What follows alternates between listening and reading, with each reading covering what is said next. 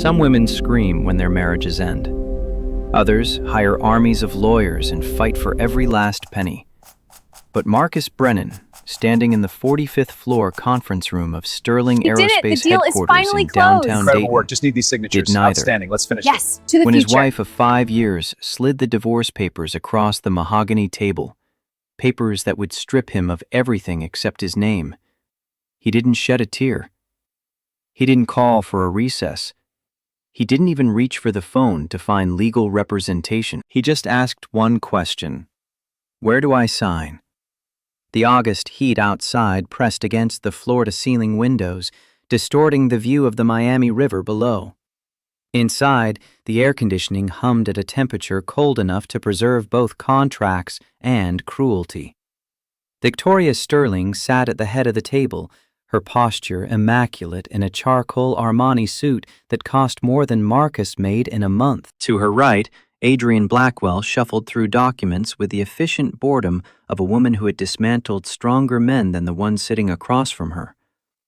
To Victoria's left, General James Harding leaned back in his chair, arms crossed, the hint of a smirk playing at the corners of his mouth. 3 stars retired, 62 years old, and recently appointed to Sterling's board of directors. The affair had been going on for 8 months. Marcus had known for 6. Victoria's manicured fingers drummed once against the table. You understand what you're signing, Marcus? You're walking away with nothing. No claim to the house, no division of assets, no alimony. Marcus looked down at the papers. 23 pages of legal language that boiled down to a simple truth.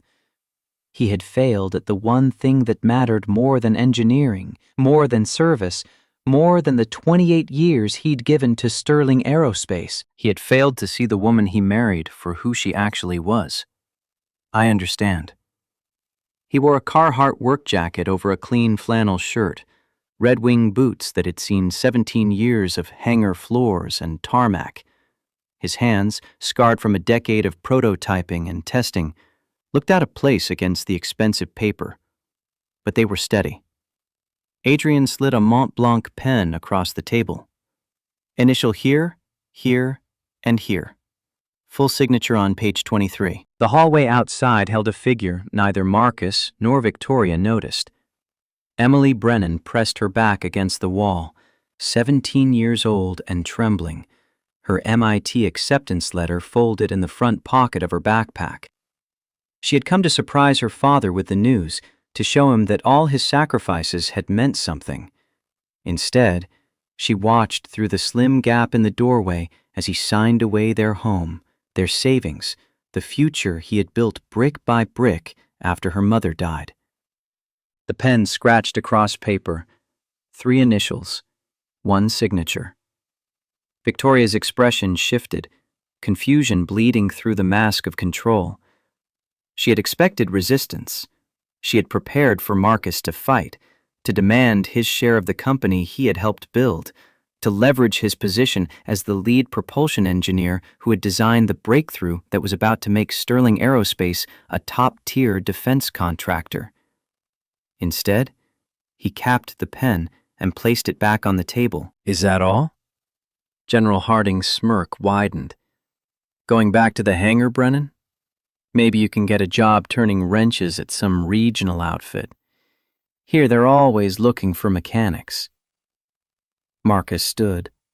The chair didn't scrape. He had learned silence in the Air Force during 16 years of service that had taken him from Lackland to Al Udeid and back to civilian life with a chest full of commendations and a skill set that translated to exactly one thing: making aircraft engines that didn't fail at 40,000 feet. He turned toward the door, then paused. Good luck with the Air Force contract. I hope the fuel efficiency tests go well. The room froze. Victoria's fingers stopped drumming. Adrian looked up from her documents. General Harding's smirk evaporated. How do you know about the Air Force contract? But Marcus was already walking, his boots silent on the carpet, past the receptionist who had known him for a decade, past the framed photographs of aircraft he had helped engineer, past his daughter, who stepped into a doorway before he could see her tears. The elevator doors closed on a man who had given everything and received nothing, except the one thing Victoria hadn't thought to take: the truth. 6 years earlier, Marcus Brennan had been a different kind of silent.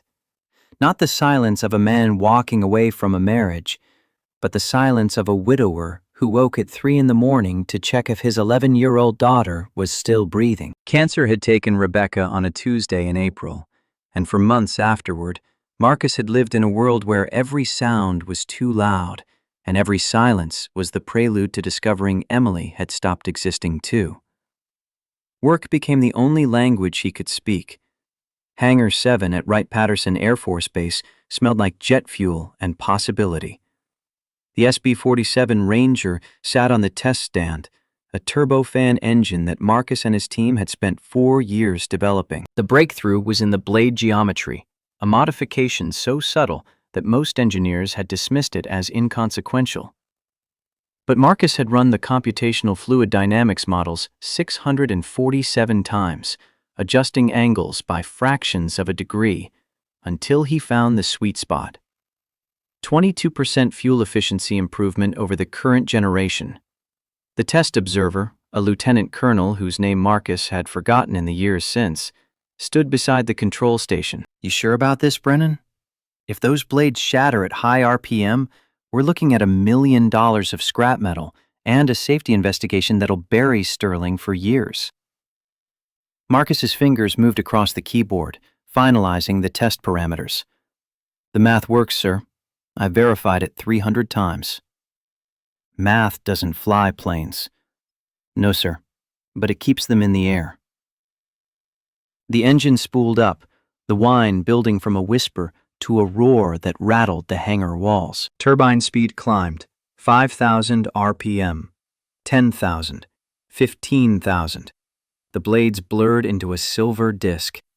Fuel flow meters tracked consumption in real time, numbers scrolling across monitors that Marcus had memorized before the test even began. At maximum thrust, the efficiency gain hit 22.3%. The lieutenant colonel whistled. "Jesus, Brennan, you just saved the taxpayers $2 billion over the next decade." But Marcus was staring at the temperature readings, at the vibration sensors, at the pressure differential across the combustion chamber. The numbers told a story that went beyond money. Longer range meant rescue missions could reach farther. Better efficiency meant cargo planes could carry more supplies to troops downrange. Quieter operation meant pilots had a better chance of surviving in hostile airspace. This wasn't about contracts or quarterly earnings. This was about bringing people home. Victoria Sterling had watched the test from the observation deck. She was 39 then, the newly appointed VP of Engineering, a woman who had clawed her way up through a defense industry that still treated female executives like affirmative action checkboxes. Her father had founded Sterling Aerospace, but she had transformed it from a regional parts supplier into a company bidding on prime contracts. She found Marcus in the break room 2 hours later, drinking coffee that had been sitting on the burner since 0600. "Who designed the blade modifications?" "Me and my team, ma'am. Took 4 years to get it right." Victoria sat down across from him. She wore slacks and a blouse that were professional without being severe, and her eyes carried the kind of intelligence that made Marcus forget to breathe. "It's brilliant. You're brilliant." "I just followed the math. The math doesn't follow itself. You saw something no one else did." She leaned forward. "Have dinner with me. I want to understand how you think." Marcus had learned caution in the years since Rebecca died. Women approached him sometimes, drawn to the quiet intensity that he wore like a uniform. But they left when they realized he came with an 11-year-old daughter and a heart that was still learning to beat in a world without the woman who had been his center of gravity. "I appreciate it, ma'am, but I'm not really the dinner type. I've got a daughter at home and I work 60-hour weeks. So bring her. We'll make it an early dinner, pizza, something a kid would like." Victoria's smile was genuine then, untainted by the ambition that would later corrode everything it touched. I don't bite, Marcus. I just like men who build things instead of managing them. There aren't many of us left. The courtship happened in increments. Dinner became dinners. Emily, wary at first, softened when Victoria showed up to her 7th grade science fair and asked questions about the baking soda volcano that were actually thoughtful. Marcus found himself talking about Rebecca without the crushing weight of grief, about the way she had believed in his engineering even when he was designing parts for crop dusters. Victoria listened. She asked questions. She seemed to understand that some silences were sacred. By the time she proposed, Marcus had convinced himself that love could happen twice in one lifetime. The wedding was small, held at the VFW Hall in Fairborn on a Saturday in October. Emily served as maid of honor in a dress she had picked out herself. Marcus's Air Force buddies showed up in their dress blues, men who had deployed with him to Afghanistan and Iraq, who had watched him grieve and now watched him try to live again. Victoria's side of the hall held business associates and board members, people who shook Marcus's hand with the polite distance of those who couldn't understand why their VP was marrying a man who still drove a 15-year-old F-150. The prenuptial agreement came up 3 weeks before the ceremony. Victoria's lawyer had drafted it, a document that was precise in its brutality. All assets acquired before the marriage remained separate. All intellectual property created during the marriage belonged to Sterling Aerospace, given that Marcus was an employee. In the event of divorce, there would be no alimony, no division of marital assets, no claim to stock options or executive compensation. Marcus read it once. "You want me to sign this?" Victoria's voice was gentle, the kind of gentle that sounds like reason. "It protects what I've built. You understand that, don't you? My father left me this company. I need to make sure it stays in the family. I'm about to be family. You know what I mean. It's just a formality. We're not going to get divorced." "Then why do we need it?" "Because the board requires it. They won't approve our marriage otherwise. They see you as a potential liability, someone who could claim ownership of company assets down the line." Marcus looked at Emily, who was watching from the kitchen doorway, her face a mixture of hope and fear that she was about to lose another parent. He signed without reading the rest. It was the second worst decision of his life. The first was trusting that Victoria had married him for reasons that had nothing to do with the engine designs locked inside his head. The first 3 years were good. Marcus continued designing, his reputation growing beyond Sterling Aerospace to the wider defense community. Victoria became CEO when her father retired, and the promotion came with longer hours, late-night calls, weekends spent in Washington lobbying for contracts.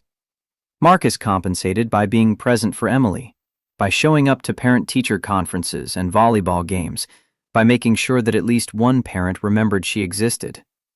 The cracks appeared in year 4. Victoria stopped asking about his work. She stopped listening when he talked about the new project, the one that was going to revolutionize military transport aviation. She started talking about him in the third person, even when he was in the room. "My lead engineer thinks we can cut fuel consumption by 30%. My team is developing a lighter composite housing. My company is positioning for the Air Force's next generation contract." Never his name. Never his contribution. Just her possessive pronouns, claiming ownership of everything he created. The engine that would destroy their marriage and save his integrity was designated RB-71, Pegasus. Marcus had started the design in year 3, working late nights after Emily went to bed, filling notebooks with calculations that built on everything he had learned from the Ranger. The breakthrough was a combination of factors: optimized blade geometry that reduced parasitic drag, an improved combustion chamber that maximized fuel burn efficiency, and a composite housing that cut weight without sacrificing structural integrity. 18% lighter, 30% more efficient, 50% quieter. The Air Force was developing a new stealth transport, an aircraft designed to insert special operations teams deep into hostile territory without detection. They needed an engine that was powerful, efficient, and whisper quiet. The contract was worth $4.7 billion over 15 years. Pegasus was the answer. Victoria recognized it before Marcus finished the first prototype. She started inviting him to board meetings, asking him to present to investors, parading him in front of Air Force procurement officers like evidence that Sterling had the engineering talent to deliver on impossible promises. Marcus hated the attention, but he endured it because the engine was bigger than his discomfort. If Pegasus worked, soldiers would come home, missions would succeed, lives would be saved. That was worth a few hours of corporate theater. General James Harding entered the picture in year 4, brought on as a board advisor after his retirement from active duty. He had spent 35 years in the Air Force, the last 10 in positions that interfaced with defense contractors. His Rolodex was worth more than his salary, and his endorsement could fast-track procurement approvals that usually took years. Victoria introduced him to Marcus at a company reception. "General, this is my husband, Marcus Brennan. He's the lead engineer on Pegasus." Harding's handshake was firm, his smile practiced. "I've heard good things, Brennan. The Air Force is watching this project closely." "Thank you, sir. We're doing everything we can to meet the specifications. Just make sure you do. A lot of people are counting on you." The general's attention shifted back to Victoria, and Marcus recognized the look. He had seen it before, the way men assessed Victoria not as a CEO, but as a woman they wanted to conquer. Usually, Victoria shut it down with the kind of cold precision that made admirals apologize. Marcus discovered it on a Thursday in November, coming home early from the hangar because Emily had a stomach bug and the school needed someone. Marcus stood in the hallway, his hand on the doorknob to Emily's room where she was sleeping off the fever, and listened to his wife plan his destruction. "When you file the patent for Pegasus, use my name as co-inventor." Victoria's voice carried the hesitation of someone who still had a conscience, buried deep but not quite dead. "Why? Marcus designed it. Every calculation, every test, every refinement, it's his work. The Air Force trusts generals, not mechanics, and I'll make sure procurement fast-tracks the approval if my name is on the patent. You want this contract or not?" "Of course I want it. Sterling needs it. Then you need me on that patent. And you need to get rid of the mechanic." "Marcus is my husband." "For now. But that prenup you had him sign? It says all intellectual property belongs to Sterling, which means it belongs to you. File for divorce after the patent goes through. He gets nothing. We get everything." The silence that followed was the sound of Victoria choosing ambition over honor. What about Emily? He didn't confront Victoria. He set up a camera in the hangar workshop, ostensibly for safety documentation, but positioned to capture him working alone on the calculations that Victoria would later claim as her own. He recorded conversations using an app on his phone that Victoria never thought to check. He compiled notebooks, 7 volumes of handwritten calculations that showed the evolution of the design from concept to completion. He created a paper trail so thorough that no lawyer, no matter how skilled, could argue it away. And when Victoria filed for divorce in June, 8 months after Marcus had discovered the affair, he acted surprised. He hired no lawyer. He made no demands. He signed the papers she put in front of him. Papers that stripped him of the house they had shared, the savings account he had contributed to, the car he had bought before they married. He took nothing except his F-150, his tools, and the boxes of documentation that he had labeled as old engineering files, and moved to a storage unit in Fairborn. Victoria thought she had won. She had no idea the game had changed. Sterling Aerospace occupied a sprawling complex on the northern edge of Dayton, a collection of hangars and office buildings that represented 3 generations of manufacturing excellence. Victoria's father had founded the company in 1978, building parts for commercial aviation at a time when Dayton was still trying to reclaim its legacy as the birthplace of flight. By the time Victoria took over, Sterling had pivoted to defense contracts, specializing in propulsion systems and avionics that kept the military flying. Revenue had grown to $380 million annually, respectable but not dominant. The company employed 460 people, most of them engineers and machinists who had spent their entire careers in the Miami Valley. Victoria had transformed the culture, bringing in MBA-trained managers and consultants who talked about synergies and vertical integration, pushing out the old guard who remembered when the company Christmas party was held in someone's backyard. Marcus had survived the purges because his engines worked. Victoria needed him, at least until Pegasus was complete. Now, 2 weeks after the divorce was finalized, she was preparing to erase him from the story entirely. The patent application sat on her desk, black text on white paper that represented the culmination of Marcus's career. United States Patent Application number 11247 893. Title: Advanced Turbofan Engine with Optimized Blade Geometry and Composite Housing. Inventors: Victoria Sterling, General James Harding. Marcus Brennan's name appeared nowhere. Adrian reviewed the document, her reading glasses perched on her nose. "You're sure about this? If he challenges it, we'll have to prove you contributed to the design."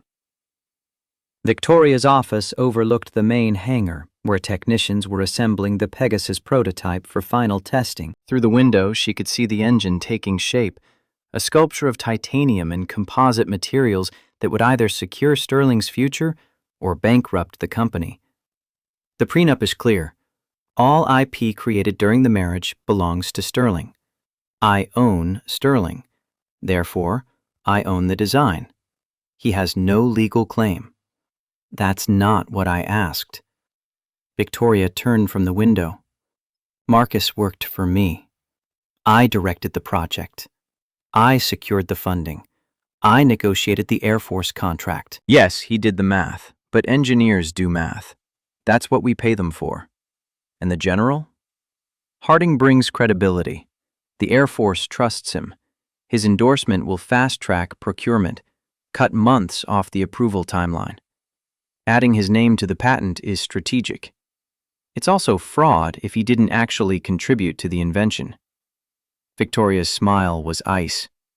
He contributed strategic guidance. That counts. The patent was filed on a Wednesday. By Friday, the Air Force had scheduled a preliminary review. By the following Monday, General Harding was on a call with the procurement office, explaining how his decades of experience in military aviation had informed the Pegasus design, how his understanding of operational requirements had shaped the specifications. The lie was polished smooth. Marcus found out through an email that wasn't meant for him, a message forwarded by mistake from one of the junior engineers who still respected the man who had mentored him through his first turbofan design. The subject line was simple: patent filing confirmation. He read it in his apartment, a 2-bedroom unit in a complex near the Fairborn Town Square. Emily was at volleyball practice, giving him 90 minutes to absorb the magnitude of Victoria's betrayal before he had to put on the mask of a father who had everything under control.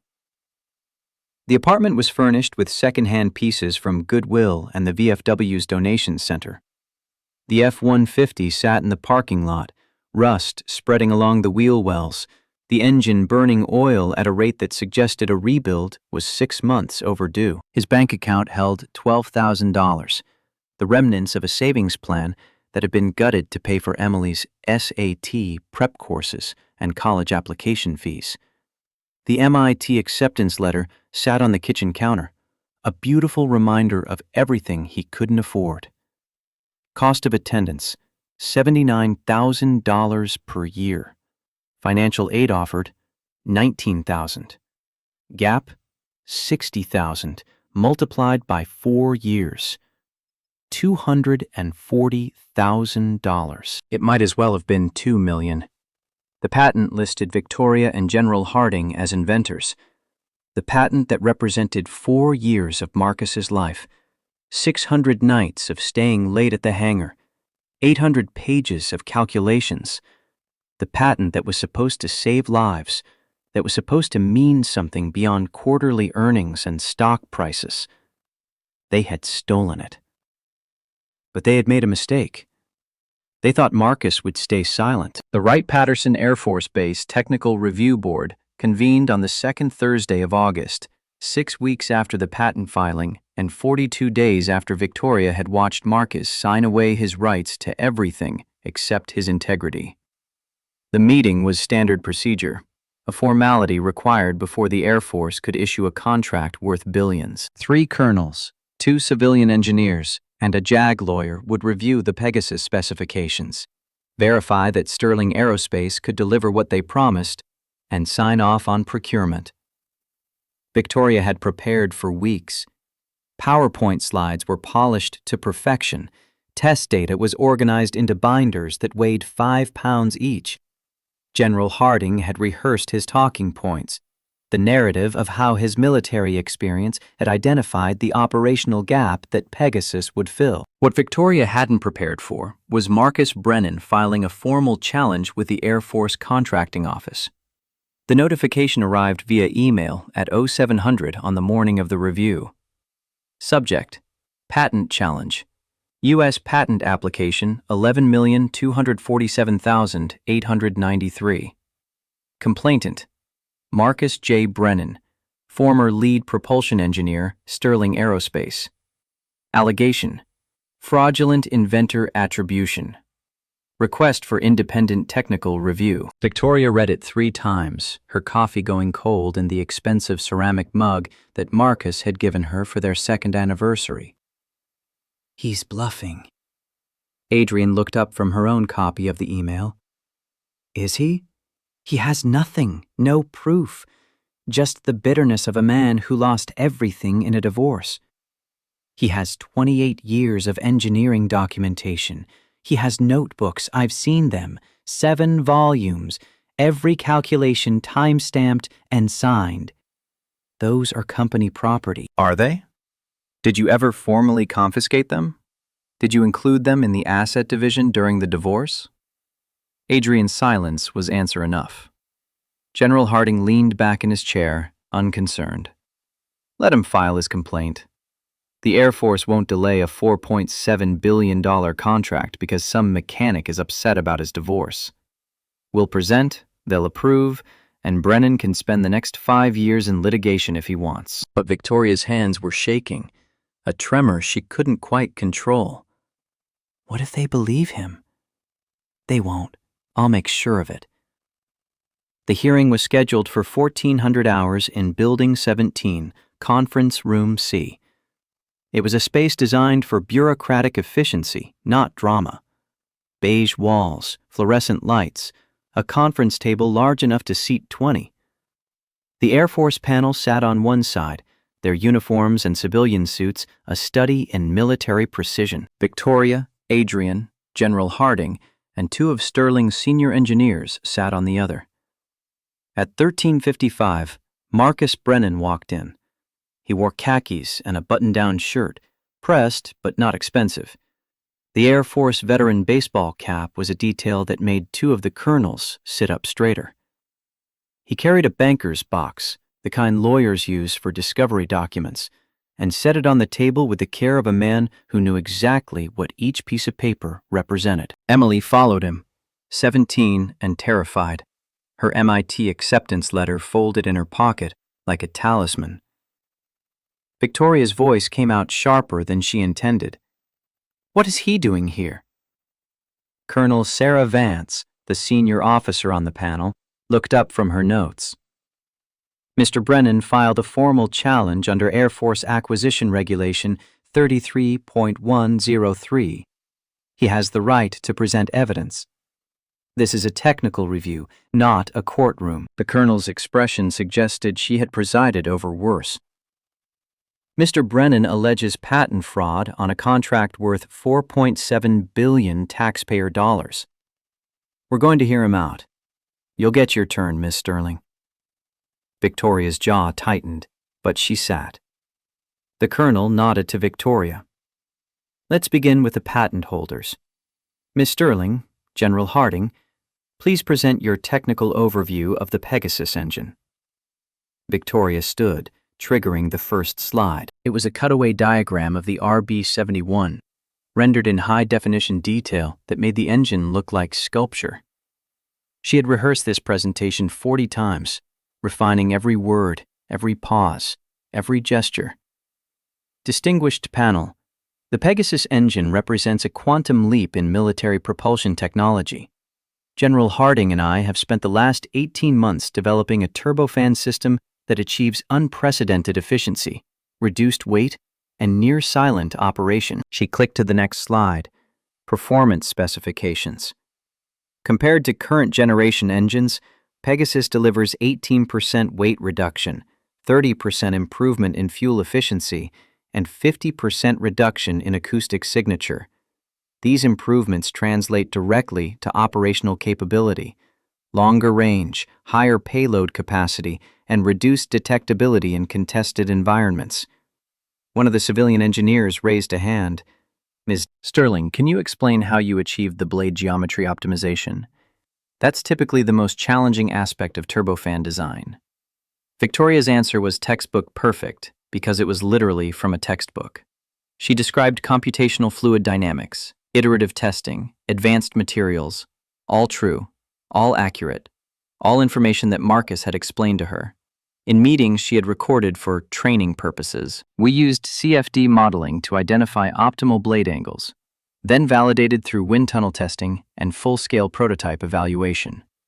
The key insight was recognizing that traditional symmetrical blade designs create unnecessary vortex formation at high RPM. By introducing a 3-degree asymmetry at the trailing edge, we delayed vortex onset beyond operational parameters.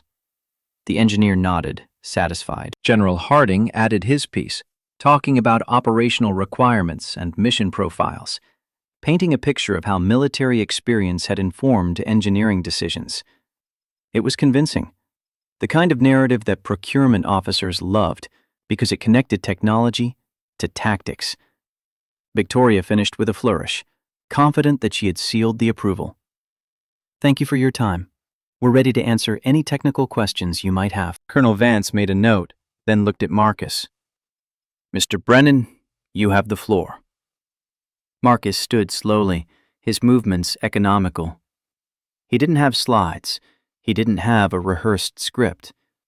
He had 7 notebooks, a USB drive full of video files, and a voice that carried the weight of 28 years in hangars where precision was the difference between life and death. Colonels, ma'am, gentlemen, my name is Marcus Brennan. I worked at Sterling Aerospace for 28 years. I designed the Pegasus engine. Not co-designed, designed. Victoria was on her feet before he finished the sentence. That's a lie. He's a disgruntled ex-employee trying to sabotage. Colonel Vance's voice cut through the room like a blade. Miss Sterling, sit down. Mr. Brennan, your evidence? Marcus opened the first notebook, a composition book with a black and white cover that had been filled during late nights in 2019. The handwriting was his, cramped and precise, covering pages with calculations and sketches that showed the evolution of the Pegasus concept from first principles. This is volume 1 of 7. Each notebook is dated and time-stamped. Together, they document every stage of the Pegasus design, from initial concept through final specifications. He pulled out a stack of test reports, each one bearing his signature as the lead engineer. These are the test results from 147 prototype iterations, every one signed by me. None signed by Ms. Sterling or General Harding. The USB drive came next, slid across the table to the civilian engineer who had asked about blade geometry. This drive contains emails showing the development timeline. It also contains video that Ms. Sterling recorded ostensibly for company training materials.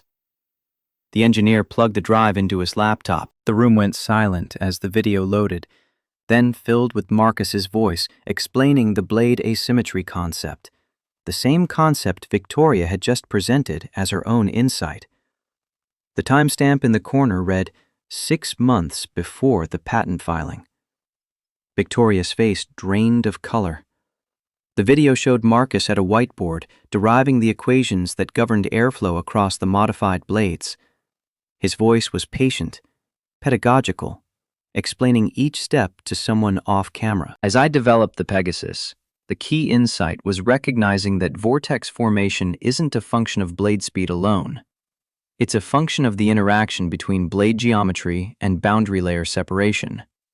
If you modify the trailing edge angle to 47.3 degrees, you create a pressure gradient that keeps the boundary layer attached at higher RPM.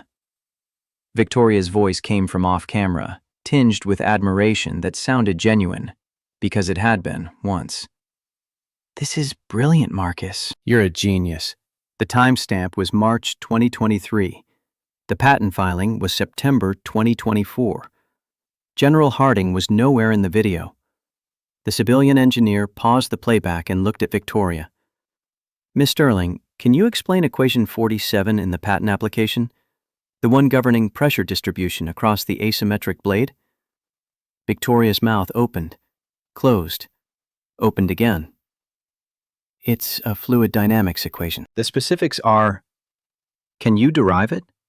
"I have engineers for that level of detail, but you're listed as the inventor. You should understand your own invention." The room held its breath. The engineer turned to Marcus. "Mr. Brennan, same question." Marcus walked to the whiteboard mounted on the conference room wall. He picked up a marker and started writing, his movements fluid and unhesitating. The equation built itself line by line, each term explained in language that assumed competence but not expertise.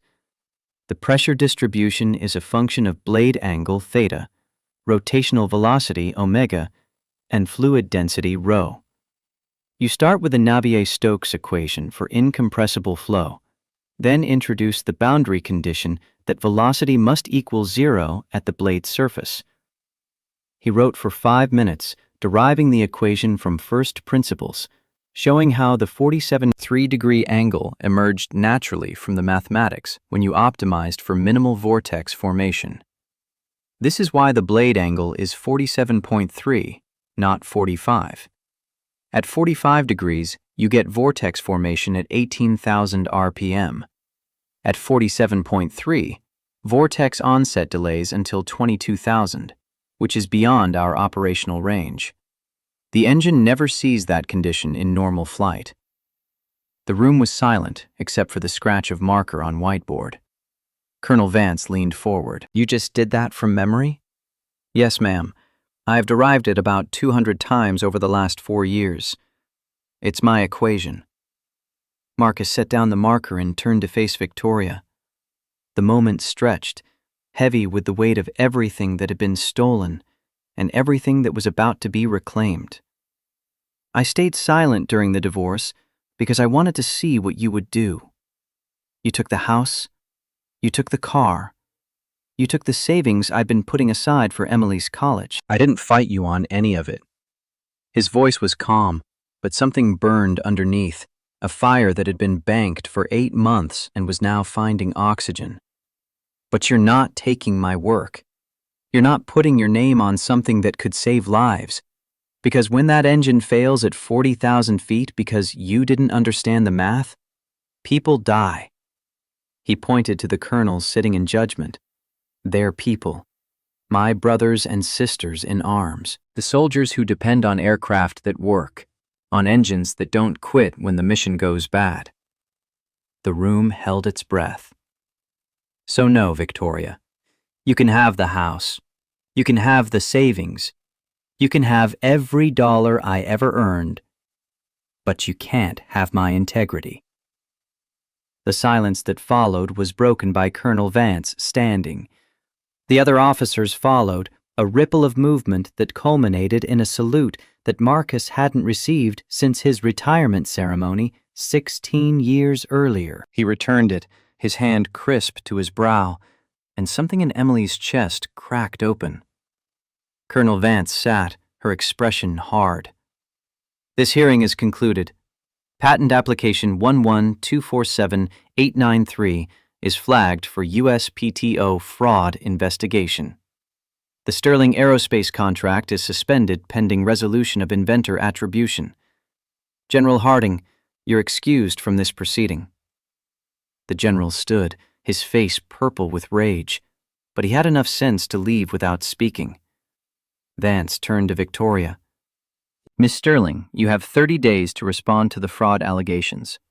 If you cannot provide evidence of substantial contribution to the invention, the patent will be invalidated and reissued with the correct inventor attribution. Dismissed. The Air Force panel filed out. The civilian engineers followed. Adrian gathered her documents with shaking hands. Victoria remained seated, staring at the whiteboard where Marcus's equations were still visible, evidence of a mind she had married and then tried to erase. Marcus packed his notebooks carefully, each one a piece of ammunition in a war he had never wanted to fight. Emily stood beside him, her hand on his shoulder, and for the first time in 8 months, Marcus felt like he could breathe. They walked out of Wright-Patterson into a summer afternoon that smelled like cut grass and aviation fuel. The F-150 waited in the parking lot, rust and all, and Marcus unlocked the doors with hands that were finally steady. You were amazing, Dad. I just told the truth, honey. Emily pulled out the MIT letter, now creased from being folded and unfolded 100 times. Can we afford it now? The question hung between them, heavy with hope and fear. We'll figure it out. They drove to a diner on Route 4, a place called Maggie's that served breakfast all day and had vinyl booths that were older than Marcus. The waitress was in her 60s, gray hair pulled back in a practical ponytail, and she brought coffee without being asked. Emily ordered pancakes. Marcus ordered eggs he wouldn't eat. The waitress returned with their food, then hesitated. You're Marcus Brennan, aren't you? I saw you on the Defense News website. That thing you did at Wright-Patterson, standing up to Sterling Aerospace? Marcus felt heat creep up his neck. Yes, ma'am. That took guts. My late husband worked at Sterling for 30 years. Got laid off when they brought in all those MBA types. He would have loved to see someone tell Victoria Sterling she wasn't God's gift to aviation. She set down the check, then picked it up again. This one's on me. And I'm going to call some people at the VFW. We take care of our own, and your daughter deserves to go to MIT without you having to sell a kidney. Marcus's eyes stung. Thank you. That means more than you know. The waitress patted his shoulder and walked away, leaving Marcus and Emily alone with pancakes and the fragile beginning of hope. His phone rang 20 minutes later, a number he didn't recognize. Brennan. Mr. Brennan, this is Sarah Mitchell. I'm a patent attorney based in Columbus. I represent small inventors in disputes with corporate entities. Marcus's fork stopped halfway to his mouth. Okay. I watched the video of your testimony at Wright-Patterson. It's already making rounds in the IP law community. What you did today was either incredibly brave or incredibly stupid, and I'd like to help make sure it's the former. I appreciate that, but I can't afford. I'm offering pro bono representation. Free. Because what Sterling did to you happens every day, and most inventors don't have the documentation or the courage to fight back. You have both. Why would you work for free? Because I'm tired of watching companies steal from the people who actually create value. And because someone needs to remind Victoria Sterling that patents are supposed to protect inventors, not corporations. Marcus looked at Emily, who was watching him with eyes that held her mother's determination and his own stubborn hope. When can we start? Tomorrow. I'll file a counterclaim with the USPTO and a civil suit for fraud and breach of fiduciary duty. We're going to make this right, Mr. Brennan. I promise you that. The call ended. Marcus set down his phone and discovered that Emily was crying, silent tears that tracked down her face and dripped onto her pancakes. What's wrong? Nothing. Everything's right. For the first time in months, everything's actually right. They finished their meal in the kind of silence that didn't need words. Outside, the Ohio sun was setting behind the strip malls and auto shops that lined Route 4, painting the sky in shades of orange and gold that reminded Marcus of Rebecca, of the way she used to say that every ending was just a different kind of beginning. He had lost a marriage. He had lost a home. He had lost years of savings and the naive belief that love was enough. But he had kept the one thing that mattered. The truth was still his. Victoria Sterling sat in her office long after the sun went down, staring at reports she couldn't focus on, drinking scotch that tasted like failure. Adrian had left after an hour of trying to strategize a response to the USPTO investigation. General Harding had sent a text announcing his resignation from the board, effective immediately, followed by a note from his lawyer threatening to sue Victoria for defamation if she implied he had known the patent attribution was fraudulent. The Air Force contract was suspended. The investors were demanding emergency meetings.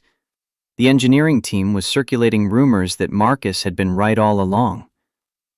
Victoria pulled up her contacts and found a name she had hoped never to use. Kyle Novak, private investigator, corporate intelligence specialist, the kind of man who found things people wanted to stay hidden. She typed a message. Need to discuss a sensitive matter, reputation management, willing to pay premium rates.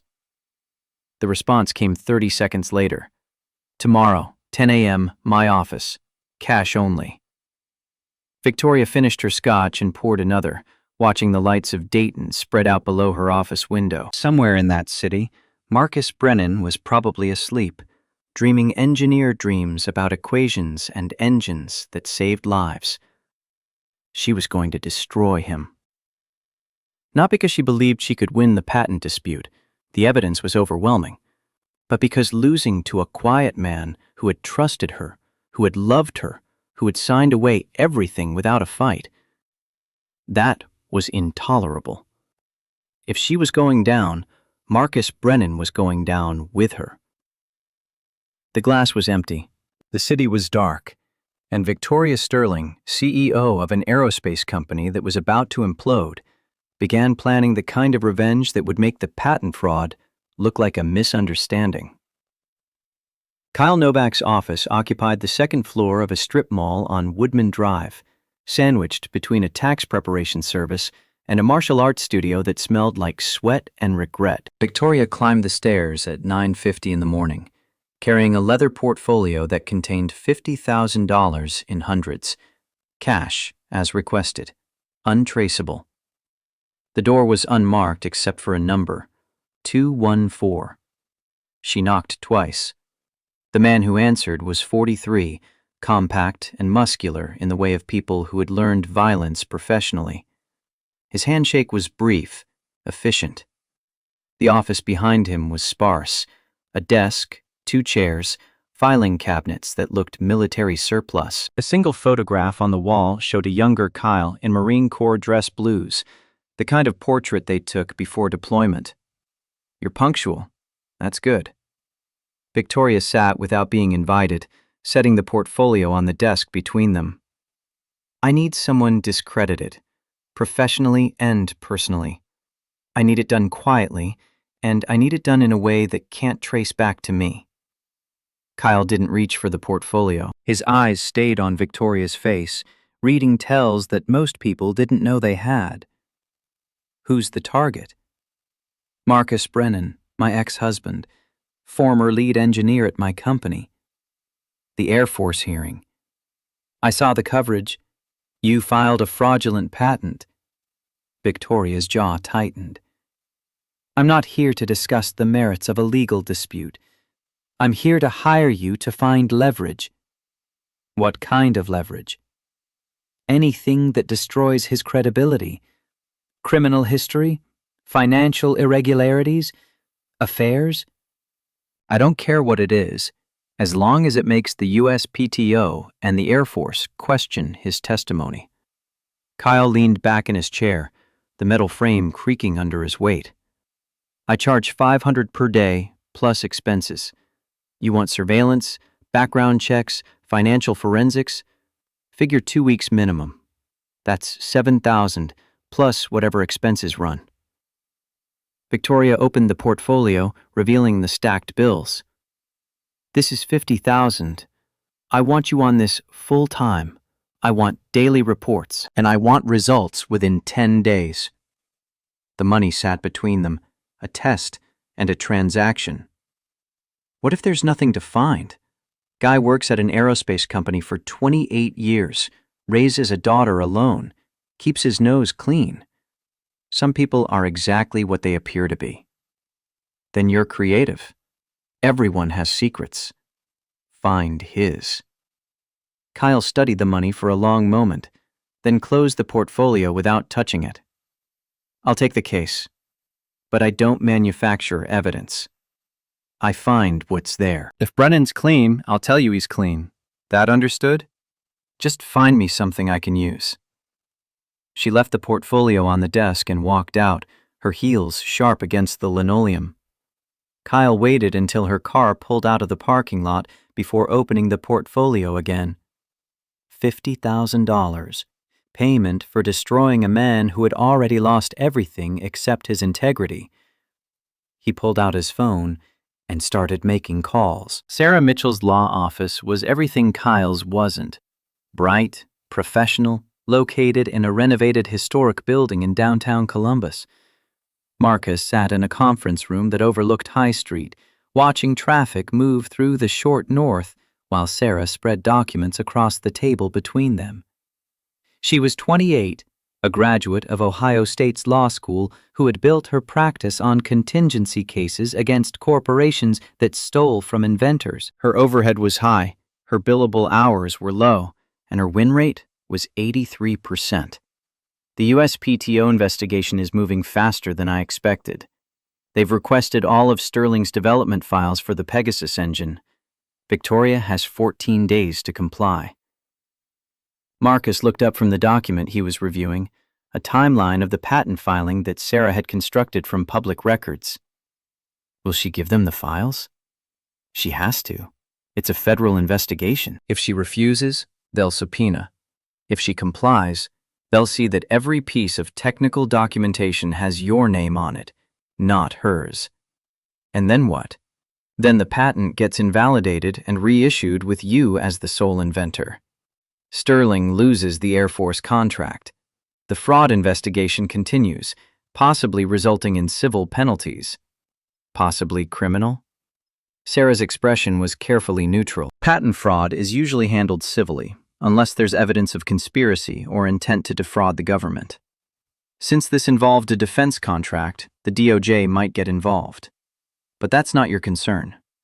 Your concern is getting proper attribution and making sure Victoria can't profit from your work. Emily's college costs are my concern. MIT wants a $60,000 deposit by October 1st. That's 6 weeks away. Sarah pulled out another folder, this one containing bank statements and financial aid documents that Marcus had provided. The VFW fundraiser is up to $12,000. I spoke with MIT's financial aid office. Given your change in circumstances, they're reviewing your package. But honestly, Marcus, even with adjustments, you're looking at significant loans. How significant? $150,000 over 4 years, maybe more. The number sat heavy in the room. Marcus had spent 28 years avoiding debt, living within his means, building a life that didn't depend on credit cards and payment plans. The idea of 6-figure student loans felt like falling backwards into a hole he'd never climb out of. She got in. She worked for it. I'll figure out how to pay for it. There might be another option.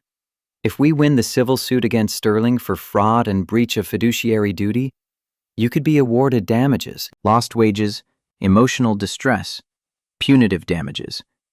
We're talking potentially 7 figures. How long would that take? 18 months. Maybe 2 years. Emily starts in 8 weeks. Sarah closed the folder. Then we focus on the patent first. Get your name on it, get the recognition, leverage that into consulting work or expert witness opportunities. Engineers with your credentials can make $500 per hour as expert witnesses in patent litigation. I'm not an expert witness. I'm an engineer. You're both. And right now, you're an engineer who needs money for his daughter's education. Let me help you get it. The Fairborn VFW Post 526 had been around since 1948, a single-story brick building with a parking lot full of pickup trucks and sedans that averaged 15 years old. The interior smelled like beer and coffee, the walls covered with photographs of men and women in uniform, plaques commemorating deployments and lost comrades. Marcus stood at the front of the main hall on a Thursday evening, uncomfortable in a way that had nothing to do with the crowd. 73 people had shown up, vets from Korea to Afghanistan, their families, local business owners who remembered when Dayton was an aviation city instead of a cautionary tale about manufacturing decline. Commander Bill Peterson, a Vietnam vet who walked with a limp from shrapnel that doctors had stopped trying to remove in 1972, handed Marcus a microphone that squealed feedback until someone adjusted the PA system. Most of you know Marcus. Air Force, 16 years. Came home, put his skills to work keeping our pilots safe. He's got a daughter heading to MIT, and he's in a fight with people who think stealing is okay as long as you've got a corporate lawyer. Applause rippled through the hall. Marcus felt his throat tighten. I appreciate you all being here, but I don't need charity. I just need... You need $60,000 in 6 weeks, Peterson interrupted. We've raised $12,000 so far. Every dollar helps. A woman in her 70s stood up, her voice carrying despite the tremor. My husband was a B-52 navigator. Your engines brought him home from missions where other planes didn't make it. This isn't charity. This is us taking care of family. The donations came in increments. $20 from a machinist who had been laid off, $500 from a retired colonel, $100 from a waitress who had served Marcus coffee every morning for 3 years. The total climbed to $18,000, then $22,000, then $27,000. Emily stood in the back of the hall, watching strangers give money they probably couldn't afford because they believed in her father. She'd been 7 when her mother died, old enough to understand that cancer was stealing something irreplaceable, but young enough to believe that her father could fix anything. He couldn't fix cancer, but he had fixed everything else, building a life out of grief and determination that had somehow gotten her to MIT. Now she watched him thank people who had less than he did, and understood that integrity wasn't just a word. It was the currency that mattered when everything else was stripped away. Defense industry news traveled through professional networks with the speed of classified gossip. The suspension of Sterling Aerospace's Air Force contract made the front page of Aviation Week, accompanied by a photograph of Victoria that was 3 years old and heavily airbrushed. The article was factual, careful not to make allegations that could trigger a libel suit, but the implication was clear. Sterling had claimed credit for work they didn't do, and now they were paying the price. The hit piece appeared 2 days later on a blog called Mill Arrow Truth, a site that positioned itself as investigative journalism but was actually a platform for anonymous attacks funded by corporate interests. The headline was surgical. Disgruntled engineer or fraud? The Marcus Brennan question. The article questioned everything: his service record, his technical credentials, his motives for challenging the patent. It quoted unnamed sources who suggested that Marcus had been terminated from Sterling for performance issues, that his notebooks were fabricated after the fact, that his testimony at Wright-Patterson was coached by competitors trying to sabotage Sterling's Air Force relationship. The unnamed sources were fiction. The performance issues were invention. But the damage was immediate. Sarah called Marcus at 6 in the morning, her voice tight with controlled anger. "Have you seen Mill Arrow Truth?" "I don't read blogs." "You need to read this one. They're claiming you falsified documentation." "That's insane. The timestamps are verifiable. The test data has signatures from multiple witnesses. The video has metadata showing." "I know, but perception matters. The USPTO investigator is going to see this. The Air Force Procurement Office is going to see this. We need to respond." "How?" "Carefully. I'm drafting a statement." "But Marcus, this is just the beginning. Victoria is going to come at you from every angle. She's going to try to make you look like a liar, a fraud, someone with an axe to grind." "I am someone with an axe to grind. She stole my work." "Then we need to make sure the truth is louder than her money." Kyle Novak spent 11 days following Marcus Brennan, documenting a life that was remarkable only in its ordinariness. Marcus woke at 05:30 every morning, ran 3 miles through the neighborhoods around his apartment, showered, made breakfast for Emily. He drove her to school in the F-150, the truck burning oil badly enough that Kyle could follow from a quarter-mile back just by watching the exhaust. After dropping Emily, Marcus went to the library. Not to work. He didn't have a job anymore. He went to use the internet, to research patent law and USPTO procedures, to email with Sarah Mitchell about legal strategy. He ate lunch from a cooler he packed himself. He picked Emily up from volleyball practice. He made dinner, helped with homework, went to bed by 2200.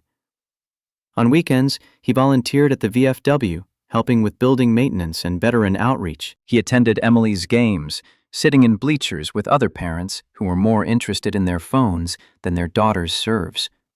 He grocery shopped with coupons clipped from the Sunday paper. Kyle ran his background through every database available to private investigators. No criminal record, no civil suits, no bankruptcies, no affairs, no gambling debts, no hidden vices. The man's biggest extravagance was taking Emily to a Mexican restaurant on Friday nights, where they shared a plate of enchiladas and he drank 1 beer. The financial forensics were equally clean. Marcus had $17,000 in savings, down from $43,000 before the divorce. His checking account showed automatic payments to utilities, insurance, and a storage unit in Fairborn, where he kept the engineering files that Victoria hadn't known to seize. No offshore accounts, no suspicious transfers, no evidence of being funded by Sterling's competitors. Kyle compiled his report on day 12, sitting in Victoria's office while she read through 12 pages of surveillance logs and financial analysis that all pointed to the same conclusion. He's exactly what he appears to be: a widower who raises his daughter alone and designs aircraft engines. No secrets, no scandals, nothing you can use. Victoria set down the report, her face unreadable. Everyone has something. Not everyone. Some people are just decent. It's rare, but it happens. Then dig deeper. Talk to people who knew him in the Air Force. Find old girlfriends. Check his daughter's social media. There has to be something. Kyle had been paid $50,000. He could walk away, keep the money, let Victoria find someone else to chase ghosts. But something in her desperation triggered the instinct that had kept him alive through 2 tours in Fallujah. The sense that someone was about to do something catastrophically stupid. "Ms. Sterling, professional advice? Drop this. You filed a fraudulent patent. He caught you. The USPTO is going to invalidate it. Take the loss, restructure the company, move on. Going after him personally won't change the outcome. You're dismissed." Kyle stood, leaving his report on her desk. "One more thing. If you're thinking about doing something illegal to fix this, don't. Brennan has documentation. He has witnesses, and he has people watching out for him. Whatever you're planning, it won't work."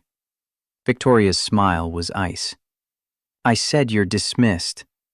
Marcus's security clearance had been inactive since his retirement from the Air Force, but it was still on file. A secret clearance that he had maintained for 16 years while working on classified propulsion projects. Inactive clearances could be reactivated if needed, and Marcus had assumed his would remain clean indefinitely. The letter from the Defense Counterintelligence and Security Agency arrived on a Tuesday. Formal language on government letterhead that made his hands shake. Security Clearance Review. Marcus J. Brennan. Dear Mr. Brennan, this office has received information suggesting concerns regarding your eligibility for access to classified information. Specifically, allegations have been made regarding falsification of technical documentation and potential compromise of proprietary defense contractor information. Pursuant to Executive Order 12,968, a review of your clearance status has been initiated. You have the right to respond to these allegations in writing within 30 days. The letter continued for 2 pages, bureaucratic language that translated to, someone had filed a complaint claiming Marcus was a security risk. Sarah was on the phone within an hour of receiving the scanned copy. This is Victoria. She's trying to destroy your professional reputation completely. If you lose your clearance, you can't work in defense. You can't consult. You can't serve as an expert witness on military contracts. Can she do that? Just make accusations and trigger a review? Anyone can file a complaint. The DCSA has to investigate. The good news is that investigations are thorough. They'll interview people who know you, review your actual record. The bad news is it takes months, and during that time, you're radioactive to potential employers. I don't have months. I have Emily's tuition due in 4 weeks. The financial pressure was becoming physical. The F-150's transmission was slipping, a repair that would cost $3,000 that Marcus didn't have. The apartment complex had notified him of a rent increase effective October 1st, an extra $200 per month that would gut his remaining savings. Emily needed new volleyball shoes, a laptop for college, a winter coat because her old one was 2 sizes too small. Marcus sat in his apartment on a Wednesday night, surrounded by bills he couldn't pay and a future that looked like a series of calculations with no solution. Emily was at practice. The silence was the kind that amplified every fear he had spent 28 years trying to outwork. His phone buzzed. Unknown number. Brennan. Mr. Brennan, this is Principal Andrews at Fairborn High. There's been an incident involving Emily. Marcus's blood turned to ice. What kind of incident? She's fine physically, but there was some harassment, graffiti in her locker, messages on social media. We've involved the school resource officer. Marcus was already grabbing his keys. I'll be there in 10 minutes. The graffiti was simple, vicious. Patent fraud daughter. The social media messages were worse. Anonymous accounts accusing Emily of benefiting from her father's lies, suggesting she didn't deserve MIT, claiming the VFW fundraiser was a scam. Emily sat in the principal's office, her face blank in the way of teenagers who were trying not to cry in front of adults. Marcus knelt beside her chair, his hand on her shoulder. You okay? The blankness cracked. Why are they doing this? I didn't do anything wrong. You didn't do anything wrong. People who do wrong things like to pretend everyone else is dirty too. It makes them feel better about being terrible. Principal Andrews cleared her throat. We're investigating, but the accounts are anonymous. Without cooperation from the social media platforms, it's difficult to identify who's behind it. But Marcus knew. Victoria had found the one thing that would make him stop fighting. Not his reputation, not his career, his daughter. The storage unit in Fairborn sat behind a BP gas station on Dayton Yellow Springs Road, a facility that rented 10 by 10 spaces to people accumulating the overflow of American life. Marcus's unit contained boxes of engineering files, old furniture from the house he'd lost, Rebecca's belongings that he hadn't been able to donate yet. He went there after leaving the high school, after taking Emily home and watching her retreat to a room with eyes that looked like her mother's when the cancer had progressed to the point where hope became cruelty. The boxes were organized with engineer's precision, each one labeled with dates and project names.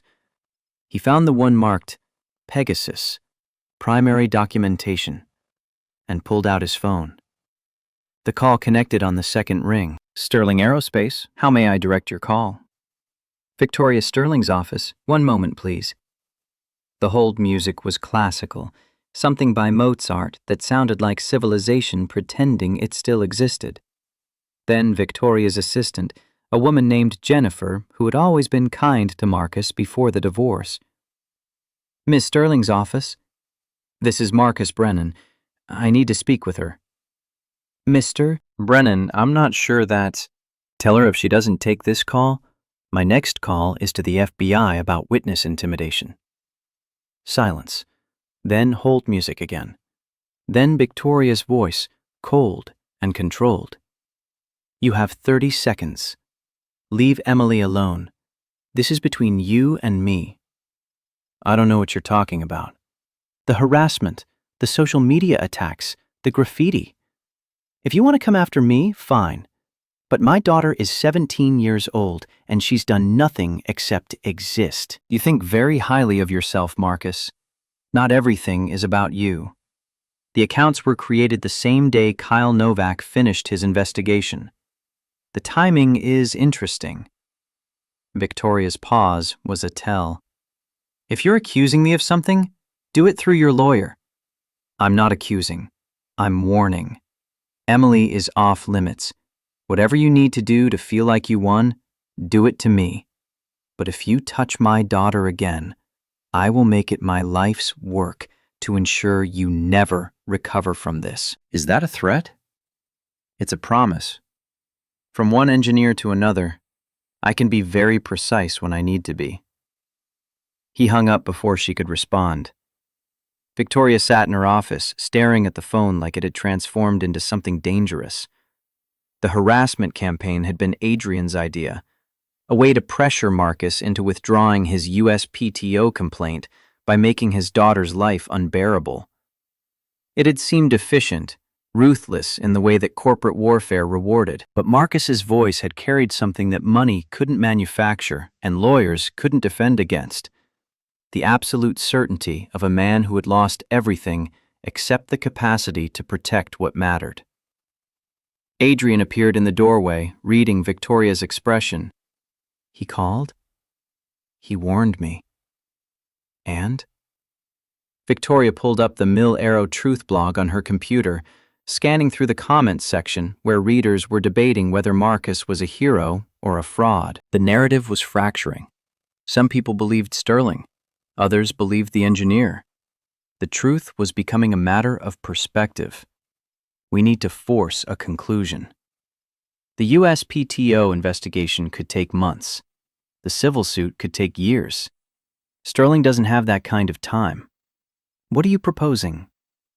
Victoria turned her monitor so Adrian could see the screen. It showed a blueprint of Sterling Aerospace's testing facility, specifically Hangar 7, where the Pegasus prototype was undergoing final validation. An accident. Something that damages the prototype and can be traced back to sabotage. Marcus still has friends at Sterling, engineers who give him information. We create evidence that he tried to destroy the engine to prevent us from completing the Air Force demonstration. That's conspiracy to commit fraud. If you're caught, I won't be caught. We make it look like he broke in, accessed systems he shouldn't have access to, caused damage that sets the program back months. The Air Force cancels the contract permanently. Marcus gets charged with industrial sabotage. His clearance is revoked. His daughter's fundraiser dries up when people realize he's a criminal. Adrian's expression was the careful blank of lawyers who were hearing things they couldn't ethically ignore. I can't be part of this conversation. Then leave. Adrian stood, gathering her tablet and briefcase. Victoria, whatever you're planning, think it through. Marcus Brennan has spent 8 months being careful. He has documentation. He has witnesses. He has Sarah Mitchell, who is very good at her job. If you do this and it goes wrong, you won't just lose the company. You'll go to prison. Then I'll make sure it doesn't go wrong. Adrian left without another word, her heels echoing in the hallway like a countdown. Victoria pulled up her contacts, finding a name she had used once before for a different kind of problem. Derek Chen, a systems administrator at Sterling, who had gambling debts and a mortgage he couldn't afford.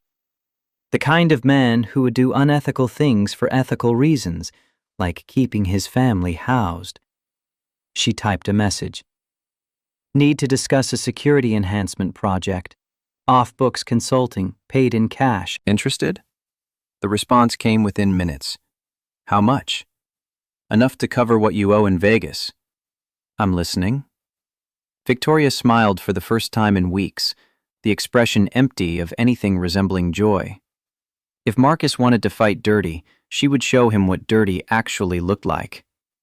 The Sterling Aerospace night shift ended at midnight, the facility going dark except for security lights and the maintenance crew that rotated through on 4-hour intervals. Derek Chen waited until 0200 to enter Hangar 7, using his administrator credentials to bypass the biometric locks.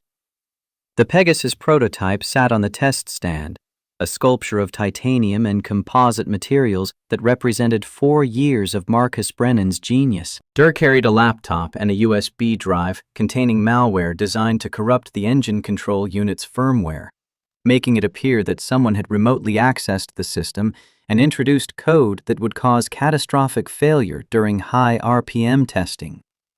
The malware would be traced to an IP address that belonged to the library where Marcus spent his mornings. Derek plugged in the USB drive, watching the progress bar crawl across his screen. 30 seconds. 60. 90. The hangar lights blazed to life. Derek spun, his heart hammering. 3 figures stood in the doorway. A security guard, a man in a suit who looked like federal law enforcement, and Marcus Brennan, holding a tablet that was recording everything. The security guard spoke first, his voice flat. Mr. Chen, step away from the engine. Derek's hands shook as he pulled out the USB drive and held it up like a white flag. I can explain. The man in the suit stepped forward, badge visible on his belt. Special Agent Morrison, FBI. Derek Chen, you're under federal investigation for conspiracy to commit sabotage of defense contractor property. Do not move. Do not touch anything else. Place your hands on your head. Marcus hadn't moved from the doorway. His expression was unreadable, but his eyes never left Derek's face. Who paid you? Derek's resistance lasted approximately 5 seconds. Victoria Sterling. $50,000. She said it was for security testing. Agent Morrison pulled out handcuffs. We're going to have a long conversation about that. Marcus, you good here? Marcus nodded, still recording. Good. This is evidence now. Don't touch anything.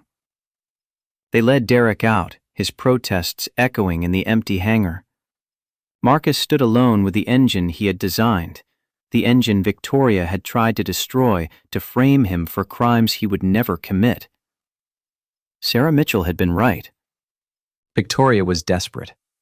Desperate people made mistakes, and Marcus Brennan, quiet engineer and careful documenter, had been ready. The FBI field office in Dayton occupied a nondescript building on Wolf Creek Pike, designed to blend into the suburban landscape of strip malls and office parks.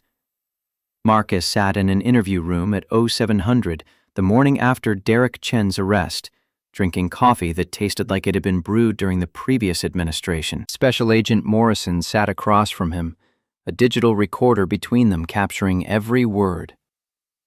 Walk me through how you knew.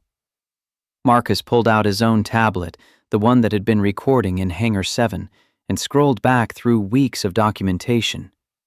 Victoria's pattern was escalating. First, the blog posts attacking my credibility, then the harassment targeting Emily. When that didn't make me withdraw the USPTO complaint, I knew she'd try something more aggressive. You anticipated sabotage? I anticipated desperation. I contacted Sterling's head of security, a man named Bill Kowalski. We served together in the Air Force. I told him Victoria might try to access the Pegasus prototype, asked him to flag any unusual activity in Hangar 7 after hours. And he contacted you when Chen entered the facility. He contacted the FBI and me simultaneously. You got there first. I just documented. Morrison made a note on his legal pad, the kind of physical record-keeping that suggested he didn't trust digital files for things that might end up in federal court. Chen is cooperating. He's provided text messages, bank records showing a $50,000 wire transfer from Victoria Sterling's personal account, and a recorded phone call where she explicitly instructed him to corrupt the engine control firmware. Marcus felt something loosen in his chest, a knot that had been tightening since the day Victoria handed him divorce papers. So it's over. The criminal investigation into her? We have enough for conspiracy to commit sabotage, wire fraud, and obstruction of a federal investigation. The U.S. Attorney is drafting charges now. Agent Morrison leaned back, studying Marcus with the kind of assessment that came from years of interviewing witnesses and suspects. You could have stopped her earlier. The blog posts, the social media harassment. You had evidence. Why wait? Because I needed her to cross a line that even good lawyers couldn't defend. Blog posts are opinion. Social media is anonymous. But paying someone to sabotage a defense contractor's prototype? That's federal prison. You wanted justice, not revenge. I wanted her to face consequences that matched what she did. Stealing credit for an engine is bad. Trying to destroy it to frame someone? That's worse. I needed her to show who she really was. Morrison nodded slowly, the gesture of someone who understood the difference between legal strategy and moral necessity. The arrest warrant will be executed this afternoon. You'll need to stay available for testimony, but you're free to go. Marcus stood, then hesitated. The $50,000 she paid Chen. What happens to that money? Asset forfeiture. It'll be seized as proceeds of criminal activity. Can it be redirected? There's a VFW fundraiser for my daughter's college tuition. That $50,000 would close the gap. Morrison's expression suggested he'd heard stranger requests. That's not how asset forfeiture works. But I'll make a note in the file. Sometimes judges get creative with restitution. Victoria Sterling's arrest happened at Sterling Aerospace headquarters, executed with a kind of federal precision that left no room for negotiation. 6 agents, 4 vehicles, and a warrant that had been signed by a magistrate judge who took a dim view of people who sabotaged military contracts. The receptionist, who had known Marcus for a decade, watched as agents walked past her desk toward the executive suite. She didn't try to stop them. Later, she would tell local reporters that she had been waiting for this moment since the day Marcus signed those divorce papers. Victoria was in a board meeting, presenting quarterly financials to investors, who were already nervous about the suspended Air Force contract. The conference room door opened mid-sentence, her words about projected revenue dying as Special Agent Morrison stepped inside. Victoria Sterling? She recognized him from Hangar 7, from the security footage she had reviewed obsessively, trying to understand how Marcus had known to be there. This is a private meeting. You have no authority. Morrison held up the warrant, speaking over her objection. You're under arrest for conspiracy to commit sabotage of defense contractor property, wire fraud, and obstruction of justice. You have the right to remain silent. The board members sat frozen, watching their CEO's face cycle through disbelief, rage, and finally the blank calculation of someone trying to find an exit that didn't exist. General Harding, attending via video conference, disconnected without a word. Adrian Blackwell, sitting at the far end of the table, closed her laptop and stood. "Don't say anything, Victoria. I'll meet you at the federal courthouse." But Victoria was already talking, the words spilling out in the desperate cadence of people who believed they could explain their way out of handcuffs. "This is Marcus Brennan's doing. He's fabricating evidence, manipulating federal agents. I'm the victim here." "Ma'am, we have recorded phone calls, financial records, and a cooperative witness who is currently describing in detail how you paid him to sabotage the Pegasus engine." "That's a lie. Derek Chen is a disgruntled employee. He's—" "Victoria Sterling, turn around and place your hands behind your back." The handcuffs clicked shut in a conference room that smelled like expensive coffee and collapsed empires. The investors watched in silence as agents led her past the receptionist, past the framed photographs of aircraft she had claimed to engineer, past the legacy her father had built and she had burned to ash. The perp walk made the evening news. Victoria in handcuffs, her Armani suit rumpled, her expression oscillating between fury and disbelief. The footage played on loop across cable news networks that loved stories about corporate executives facing consequences, defense contractors committing fraud, former spouses going to war, a daughter trying to get to MIT while her father fought for his integrity. Emily watched the broadcast from Marcus's apartment, her phone buzzing with texts from classmates who had been harassing her 2 days earlier and were now sending apologies. The shift in social dynamics was whiplash-inducing, the way teenagers recalibrated their cruelty when the power structure changed. "Dad, you're on CNN." Marcus looked up from the paperwork Sarah Mitchell had sent over, documents related to the USPTO patent review that was now moving forward without Sterling's interference. "What are they saying?" "That you're a hero?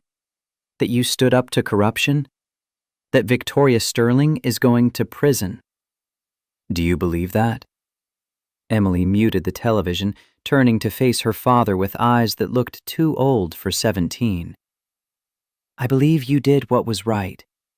That's harder than being a hero." The words settled between them, heavy with the weight of everything that had happened since Rebecca died. Marcus had tried to be both parents, to fill spaces that couldn't be filled, to make up for losses that couldn't be compensated.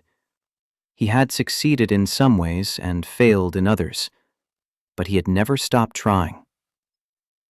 MIT sent a new financial aid package today. Full scholarship plus a $20,000 annual stipend for living expenses. Emily's breath caught. Because of the news coverage? Because their admissions committee read about what happened and decided you deserve a chance that isn't buried in debt. They called it the Rebecca Brennan Memorial Scholarship, named after your mother.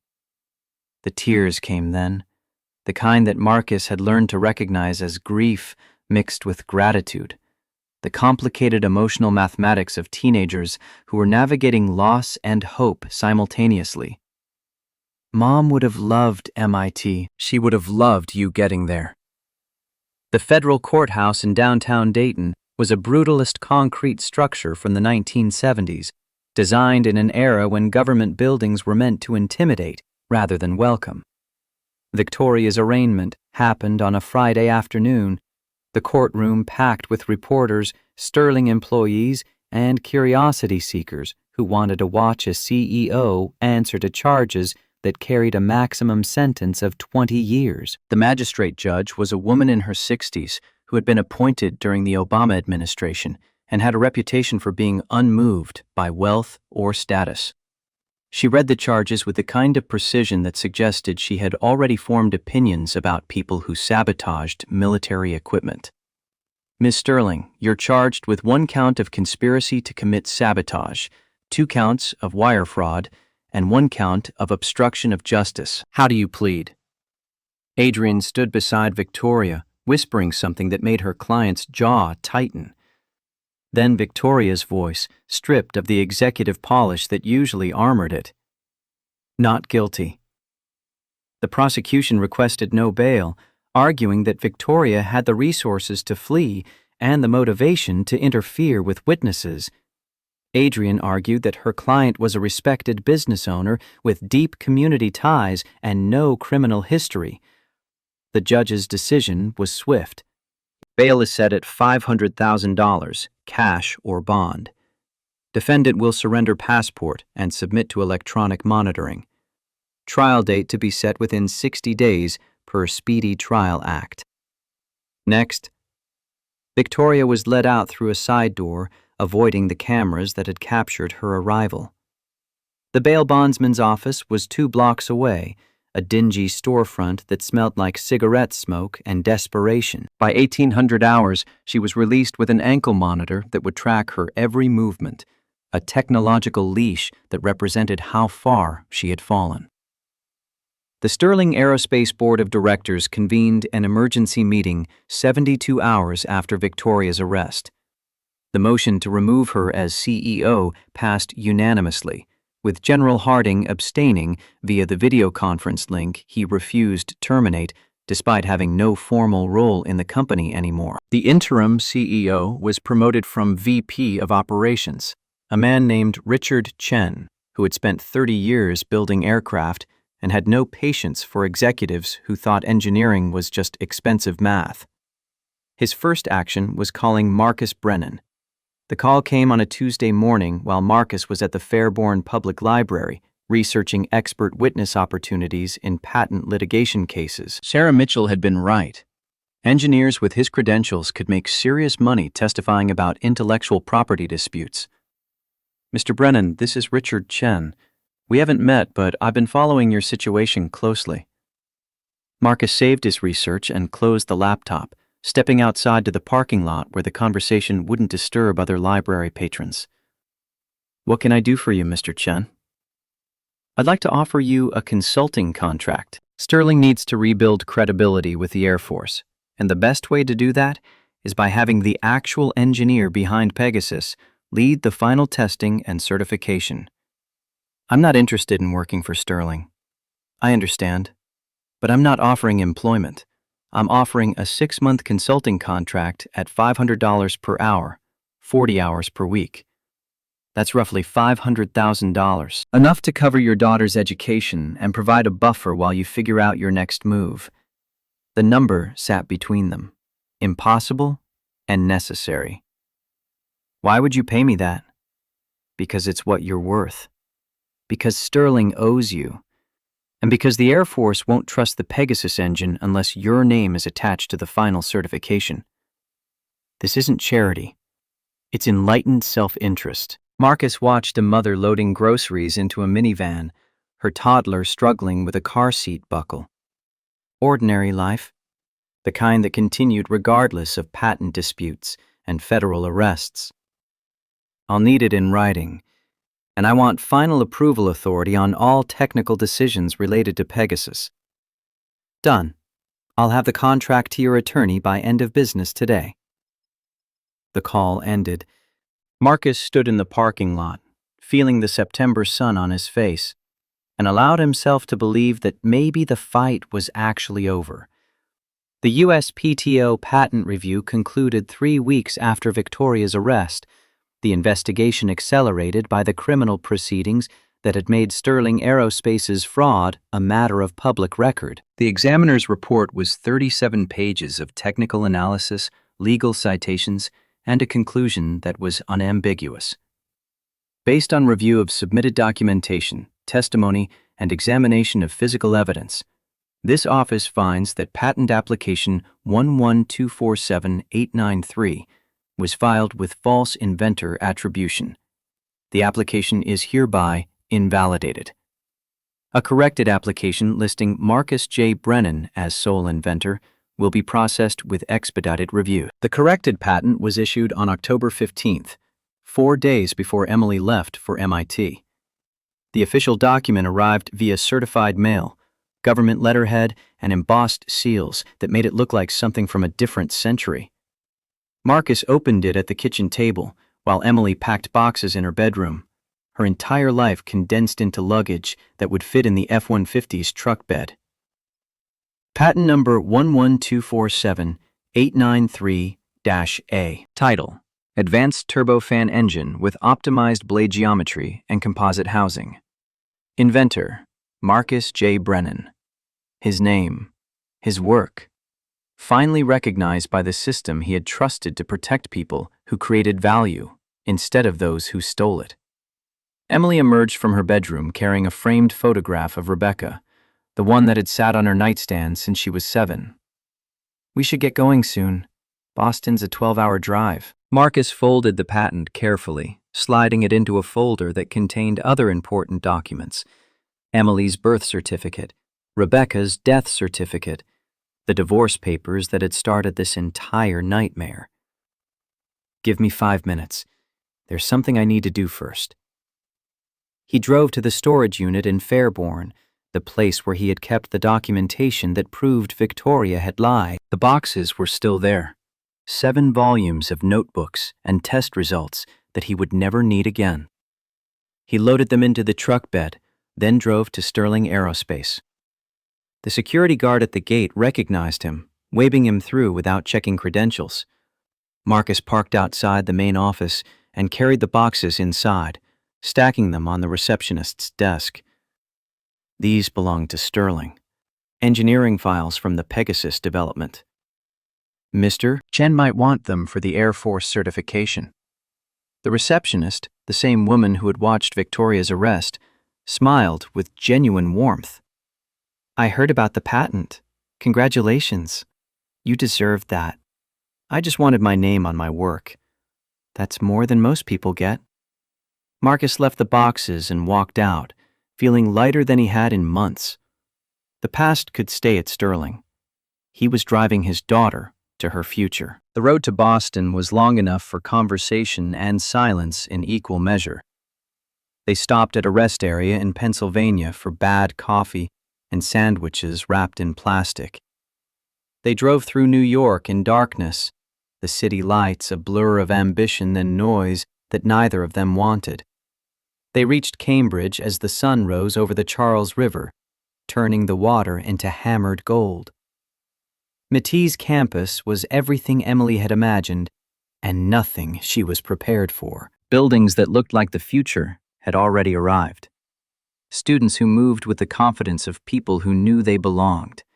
Parents unloading Range Rovers and Tesla SUVs, carrying boxes that probably cost more than Marcus's monthly rent. He parked the F-150 in a visitor lot, the truck's exhaust adding to the September morning haze. Emily's dorm was a converted brownstone, her room a single with a window that overlooked Massachusetts Avenue. They made 4 trips to carry her belongings upstairs. Marcus's back protesting the stairs in ways that reminded him he was 52 and his body remembered every year. The room was small, but hers. Emily unpacked with the efficiency of teenagers who wanted their parents to leave so they could start their actual lives. Marcus helped hang Rebecca's photograph on the wall, adjusting it until it was level. "You're going to do great here." Emily turned, her expression serious. "I know what you gave up for this. The house, the savings. 5 years of your life married to someone who didn't deserve you. I didn't give it up. I chose what mattered more." "That's the same thing." "No. Giving up is surrender. Choosing is strategy." The distinction settled between them, a final lesson from a father who had taught her that integrity wasn't optional and silence wasn't weakness. Marcus drove back to Ohio alone, the truck lighter without Emily's boxes, his chest heavier with the absence that every parent feels when their child steps into a future that doesn't include them. He stopped at the same rest area in Pennsylvania, drinking the same bad coffee, and called Sarah Mitchell. "The civil suit. I want to drop it." Sarah's pause was the kind lawyers made when clients said things that didn't align with their financial interests. "Marcus, we have a strong case." "Fraud, breach of fiduciary duty.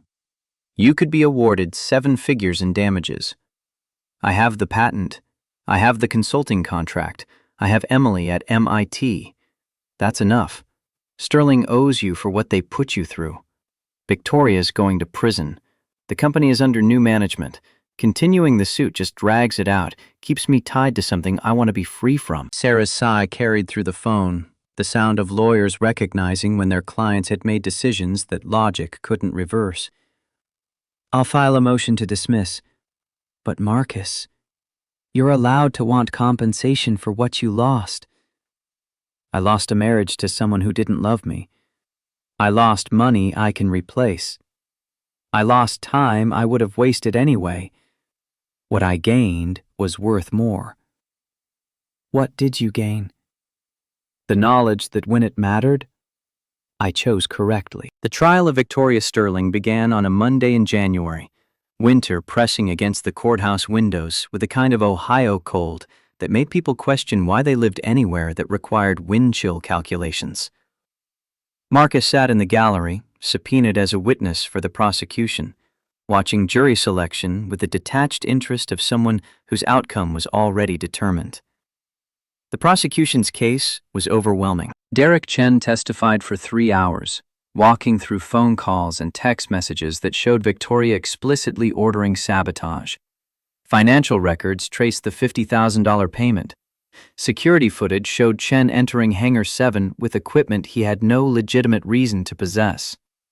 The defense strategy was desperation dressed as reasonable doubt. Adrian argued that Victoria had been conducting a security audit, that Chen had misunderstood his instructions, that the whole thing was a tragic misunderstanding, complicated by a bitter divorce. The jury deliberated for 90 minutes. Guilty on all counts. Victoria showed no reaction, her face blank, in the way people look when everything they built has collapsed, and there's nothing left to protect. The judge scheduled sentencing for 6 weeks later, allowing time for pre-sentence reports and victim impact statements. Marcus was asked if he wanted to provide a statement. He declined. What's left to say? Sarah sat beside him in the gallery, watching Victoria being led out by federal marshals. You could talk about what she cost you, the emotional damage, the professional harm. That's what she wants, to stay at the center of my story. So what's your story? That I'm a father who got his daughter to MIT, an engineer who designed an engine that will save lives, a man who learned that staying silent doesn't mean accepting defeat. The words carried the weight of everything that had happened since the divorce papers were signed. A journey from humiliation to vindication that had required patience Marcus hadn't known he possessed. Victoria's sentencing happened on a Thursday in March, the kind of gray morning that suggested spring was theoretical rather than imminent. The courtroom was less crowded than during the trial, the media having moved on to newer scandals. Marcus attended because Sarah suggested it might provide closure, though he suspected closure was something people invented to justify showing up to watch their enemies fall. The judge had read the pre-sentence report, a document that outlined Victoria's education, her professional accomplishments, her complete lack of criminal history prior to the decision to sabotage the Pegasus engine. Character witnesses had testified about her philanthropy, her business acumen, her role in transforming Sterling Aerospace into a competitive defense contractor. None of it mattered. Miss Sterling, the court has considered all submitted materials and testimony. What you did wasn't a momentary lapse in judgment. It was a calculated attempt to destroy a man's reputation, sabotage critical military equipment, and obstruct federal investigators. Victoria stood beside Adrian, her posture rigid with the kind of control that suggested she knew what was coming and had accepted it. You're hereby sentenced to 48 months in federal prison, followed by 3 years of supervised release. You will pay restitution in the amount of $117,000 to cover investigative costs and damages to Sterling Aerospace.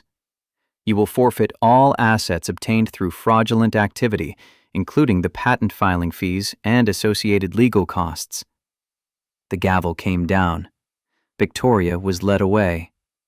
Adrian gathered her files with the mechanical efficiency of lawyers who had lost and were already planning appeals they knew would fail. Marcus walked out of the courthouse into March cold that felt like possibility. Sarah joined him on the steps, both of them watching traffic move through downtown Dayton like the world hadn't just changed for someone inside. "How do you feel?" "Tired." "That's honest." "I didn't want this. Any of it. I just wanted credit for my work." Sarah pulled her coat tighter against the wind. "You got that. The patent has your name." The Pegasus engine is going into production with you listed as the designer. The Air Force is happy. Sterling is rebuilding. Emily's at MIT. So why doesn't it feel like winning? Because you're not the kind of person who enjoys watching someone lose, even when they deserve it.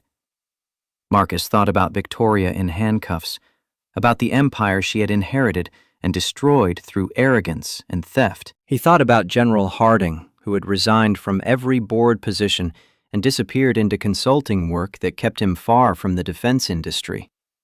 He thought about Adrian, still practicing law, but with a reputation that would never fully recover from representing a client who had committed such obvious fraud. And he thought about himself, standing on courthouse steps in a city that had been his home for 3 decades, finally free from the weight of trying to prove something everyone should have believed from the beginning.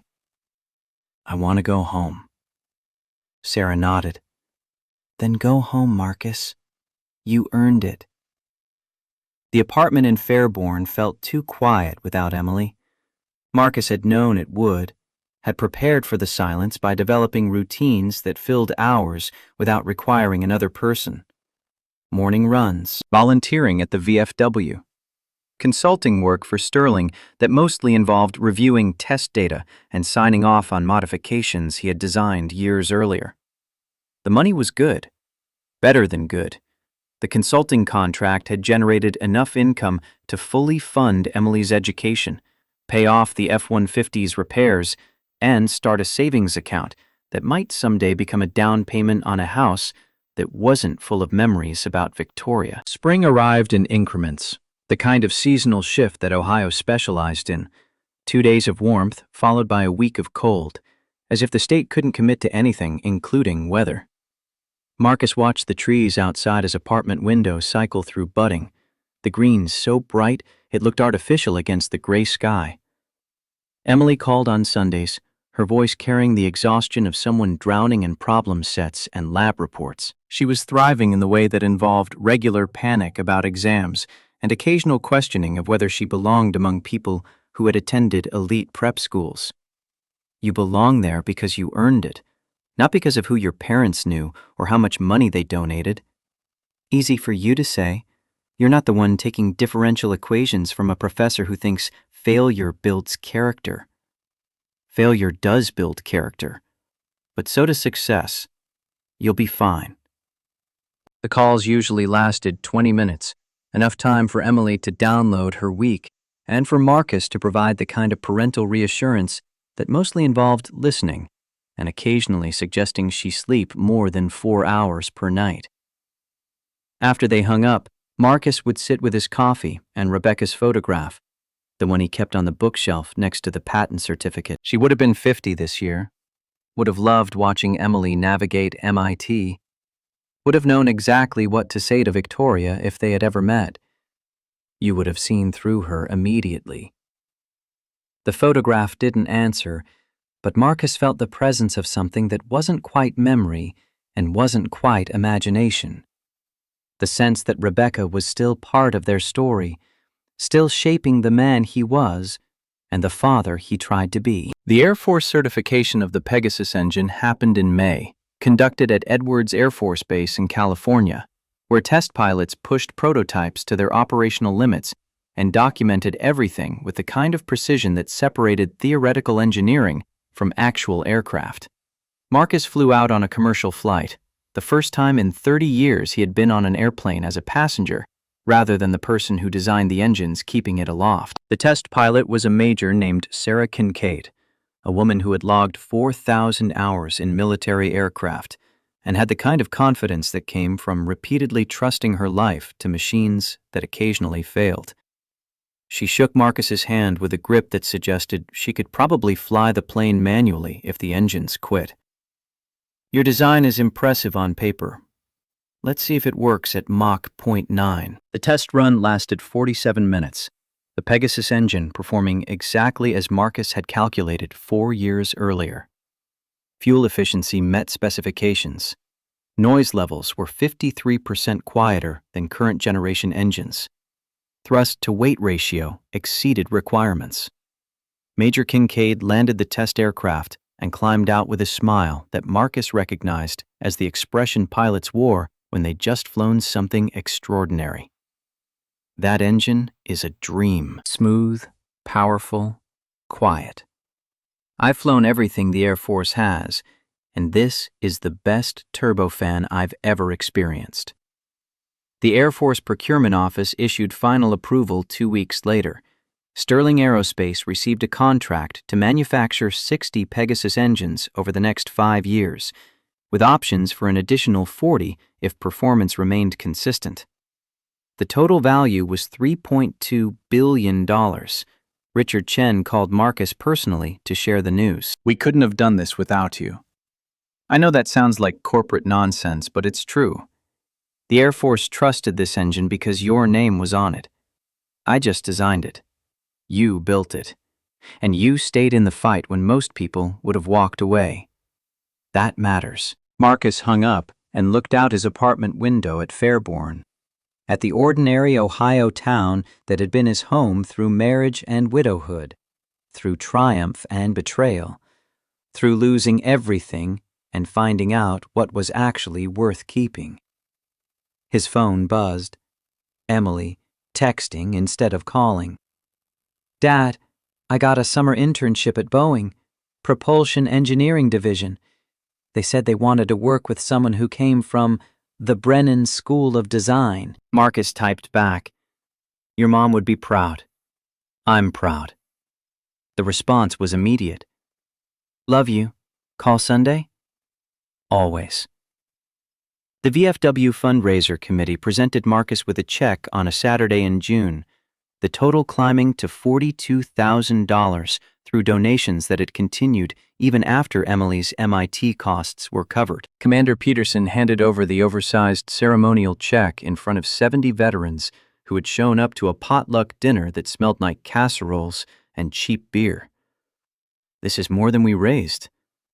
Emily's scholarship covered her tuition, so put it toward next year, or save it for when she goes to graduate school, or use it to buy a truck that doesn't sound like it's dying every time you start it. Laughter rippled through the hall. Marcus looked at faces weathered by deployments and decades, people who understood that some fights weren't about winning, but about refusing to quit. I don't know what to say except, thank you. You showed up when it mattered, and that's something I'll never forget. Peterson's expression was gruff with emotion he'd spent 50 years learning to hide. We take care of our own, Brennan. That's what we do. The potluck dinner extended into the kind of evening where veterans told stories that were half truth and half mythology, where the beer flowed freely enough that nobody should have been driving, where Marcus felt the weight of belonging to something larger than himself. He stayed until 2200, helping clean up and stack chairs, then drove home through streets that were familiar enough that he could navigate them half asleep. The apartment was dark and quiet. He sat on the couch without turning on lights, feeling the exhaustion of a day spent with people who mattered. His phone buzzed. Unknown number. Brennan. Mr. Brennan, this is Lieutenant Colonel Vance. We met at Wright-Patterson during your testimony about the Pegasus engine. Marcus sat up straighter, muscle memory from 16 years of military service kicking in automatically. Yes, ma'am. I remember. I'm calling because I've been asked to assemble a review panel for the next generation of strategic airlift engines. The Air Force is looking at radical redesigns for the 2030s, and we need engineers who can think beyond incremental improvements. I appreciate the consideration, but I'm a consultant now.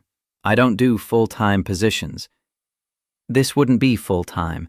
It would be quarterly meetings in Washington, technical reviews, maybe some prototype evaluation. $50,000 per year, plus travel expenses. The offer hung between them, carrying implications Marcus was too tired to fully process. Can I think about it? Take your time. I'll send you the project brief. Read it, see if it interests you. No pressure. The call ended. Marcus sat in darkness, holding a phone that kept offering him futures he hadn't imagined when he signed divorce papers in a conference room that smelled like expensive leather and betrayal. Vosé's photograph was barely visible in the shadows, but he could see enough to remember the way she used to say that endings were just transitions, that every door closing meant another one opening, that loss and opportunity were often the same thing wearing different masks. I think I'm ready to stop fighting now. The photograph didn't answer, but the silence that followed felt less like absence and more like permission. Victoria Sterling's incarceration at FCI Alderson in West Virginia began in April, the federal facility designed for minimum security offenders who posed no flight risk and no danger to others. She was inmate 47392-019, a number that replaced the identity she had spent 45 years building. The routine was brutal in its monotony. Wake at 0600. Breakfast in a cafeteria that smelled like industrial cleaning products. Work assignment in the prison library, reshelving books that other inmates read to pass time that stretched endlessly. Lunch, recreation, dinner. Lights out at 2200. No executive suite, no board meetings, no decisions that affected hundreds of employees and millions of dollars in revenue. Just time, measured in increments so small they became torture. She had written to Marcus 14 times in the first 6 months. Letters that started angry, evolved into bargaining, and eventually devolved into pleas for understanding that she knew would never come. She had asked for money for the commissary account, for books, for anything that might make the days pass faster. Marcus had burned every letter without opening them. Adrian visited once, bringing news that Sterling Aerospace was thriving under Richard Chen's leadership, that the Pegasus contract had been expanded, that Marcus Brennan's name was becoming synonymous with integrity in the defense engineering community. Victoria listened to the update with the expression of someone watching their legacy be rewritten without them, then asked a question that surprised both of them. Is he happy? Adrian considered the question, thought about Marcus walking out of the courthouse after sentencing, about the man who had chosen to drop the civil suit rather than extend the conflict. I think he's at peace, which might be better than happy. Victoria returned to her cell that night and stopped writing letters. The acceptance was slow, measured in the same incremental time that defined everything in federal prison. She had spent her career building things and tearing down anyone who threatened what she built. She had married a good man and destroyed him because she couldn't separate value from ownership. And now she was a number in a facility surrounded by razor wire, serving time for crimes that seemed obvious in hindsight and incomprehensible when she committed them. The only question that mattered was whether she would learn anything from the fall. The 1-year anniversary of the Air Force hearing arrived without fanfare. Marcus marked it privately, noting the date on a calendar that tracked Emily's semester schedule and his consulting deadlines. 365 days since he had stood at a whiteboard and proved that the work Victoria claimed was hers had always been his. Emily was home for summer break, working her Boeing internship remotely from the apartment because Seattle housing was expensive, and she preferred spending time with her father to living with roommates who partied until 0300. She was taller somehow, more confident, shaped by 8 months at MIT into someone who looked like Rebecca and talked like an engineer. They celebrated the anniversary by not talking about it, making dinner together, and watching a documentary about the Wright brothers that felt appropriately symbolic for people who lived in Dayton and believed that flight was both literal and metaphorical. "Dad, Boeing wants to hire me full-time after graduation. Starting salary is $95,000 plus benefits." Emily's voice carried the kind of tentative pride that teenagers used when they wanted approval but feared seeming boastful. "That's exceptional. What did you tell them?" "That I wanted to finish my degree first, but it's good to know I have options." Marcus thought about his own career, 28 years at one company because loyalty had seemed like a virtue and job hopping had seemed like failure.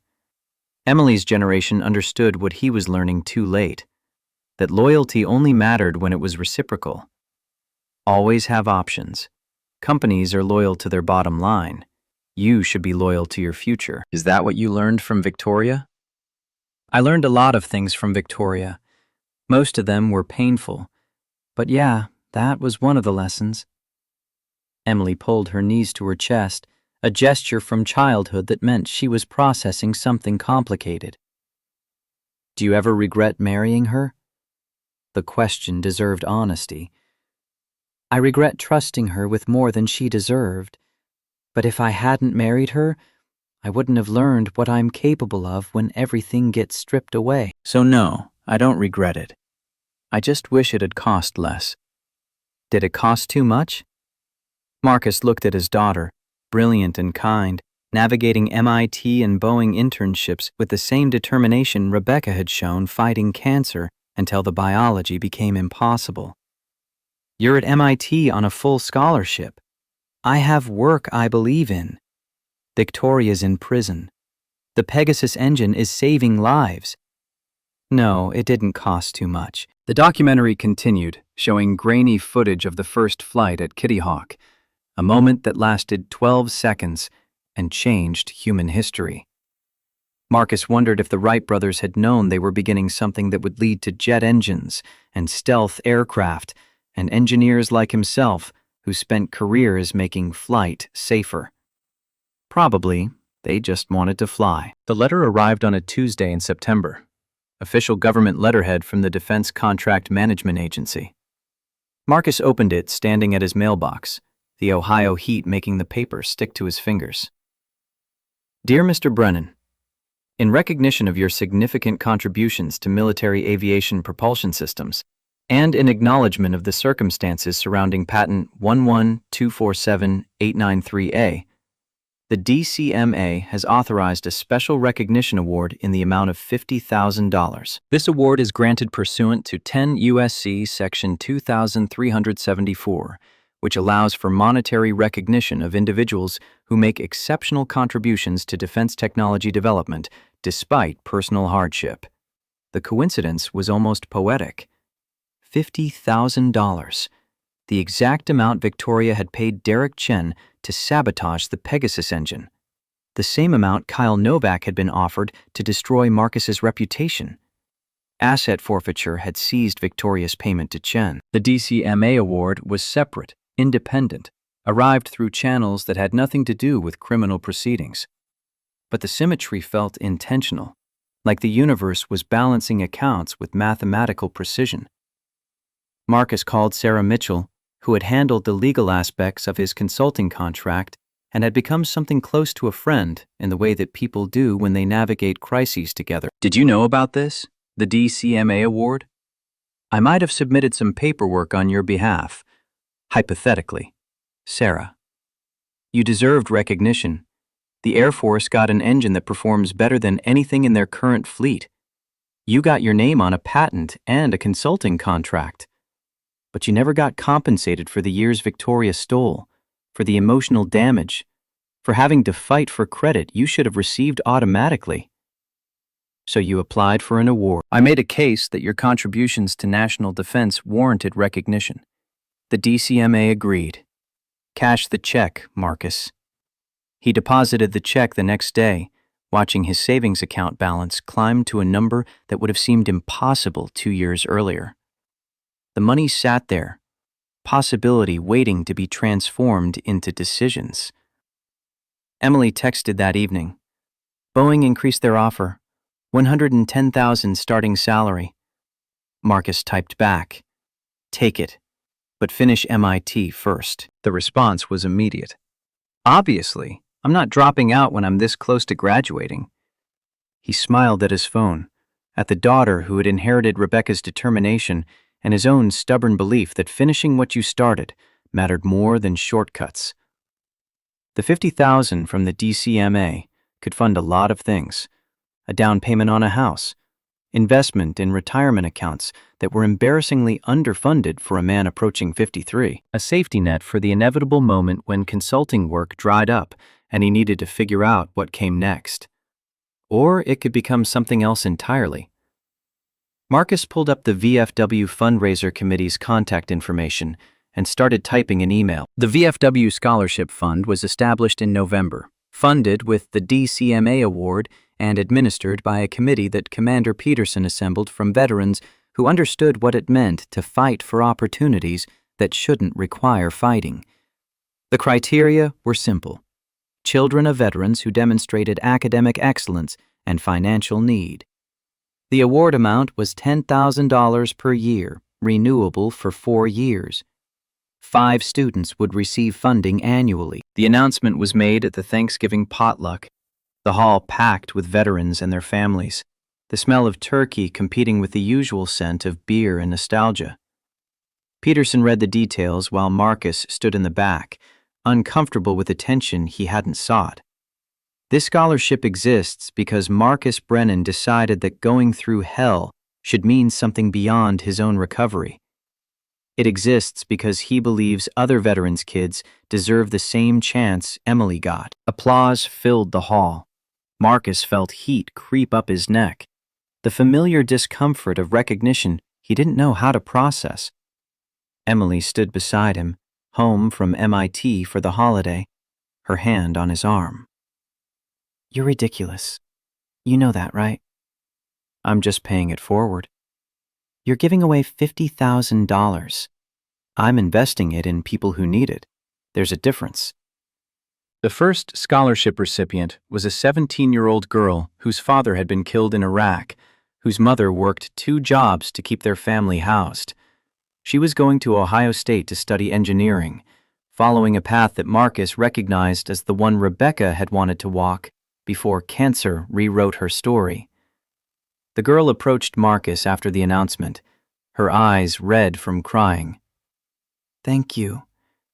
I didn't know how I was going to afford college. Just promise me you'll finish. And when you're successful, help the next person who needs it. I promise." The weight of her promise settled onto shoulders that had carried too much for too long. But this weight was different. This was the kind of burden that felt like purpose. Winter arrived with Ohio's characteristic aggression, temperatures dropping below freezing and staying there for weeks. Marcus's consulting work with Sterling wound down as the Pegasus engine moved into full production, his role shrinking from active engineering to occasional review of modification proposals. He was okay with that. Richard Chen had offered to transition him to full-time employment, a position that would come with benefits and stability and the kind of corporate structure Marcus had spent 28 years navigating. He had declined politely, explaining that he was done with buildings that smelled like expensive coffee and meetings that could have been emails. "What will you do instead?" "Figure it out as I go. Maybe teach, maybe consult on other projects. Maybe take a year and just be a father whose daughter is graduating from MIT." Chen had nodded, understanding the kind of exhaustion that came from fighting battles you never wanted. "The door's always open if you change your mind." "I appreciate that, but I think I'm ready for a different kind of door." Emily graduated from MIT on a Sunday in May, the ceremony held on Killian Court with parents crammed into folding chairs that were wildly uncomfortable and completely worth it. Marcus sat between a couple from California whose son was graduating with a degree in computer science, and a single mother from Georgia whose daughter was the first in their family to attend college. They shared stories while waiting for the ceremony to begin, the kind of casual intimacy that happens when strangers are united by pride in their children. The California father was a tech executive. The Georgia mother was a nurse. Marcus was an engineer who had spent the last 3 years fighting for his integrity. What does your daughter want to do after graduation? Emily starting at Boeing in July. Propulsion engineering, following in your footsteps. Marcus thought about his career, about the engines he had designed and the company that had tried to erase his name from his work. She's making her own footsteps. I'm just glad I get to watch. The graduates filed in wearing black robes, the kind of solemn processional that universities had perfected over centuries.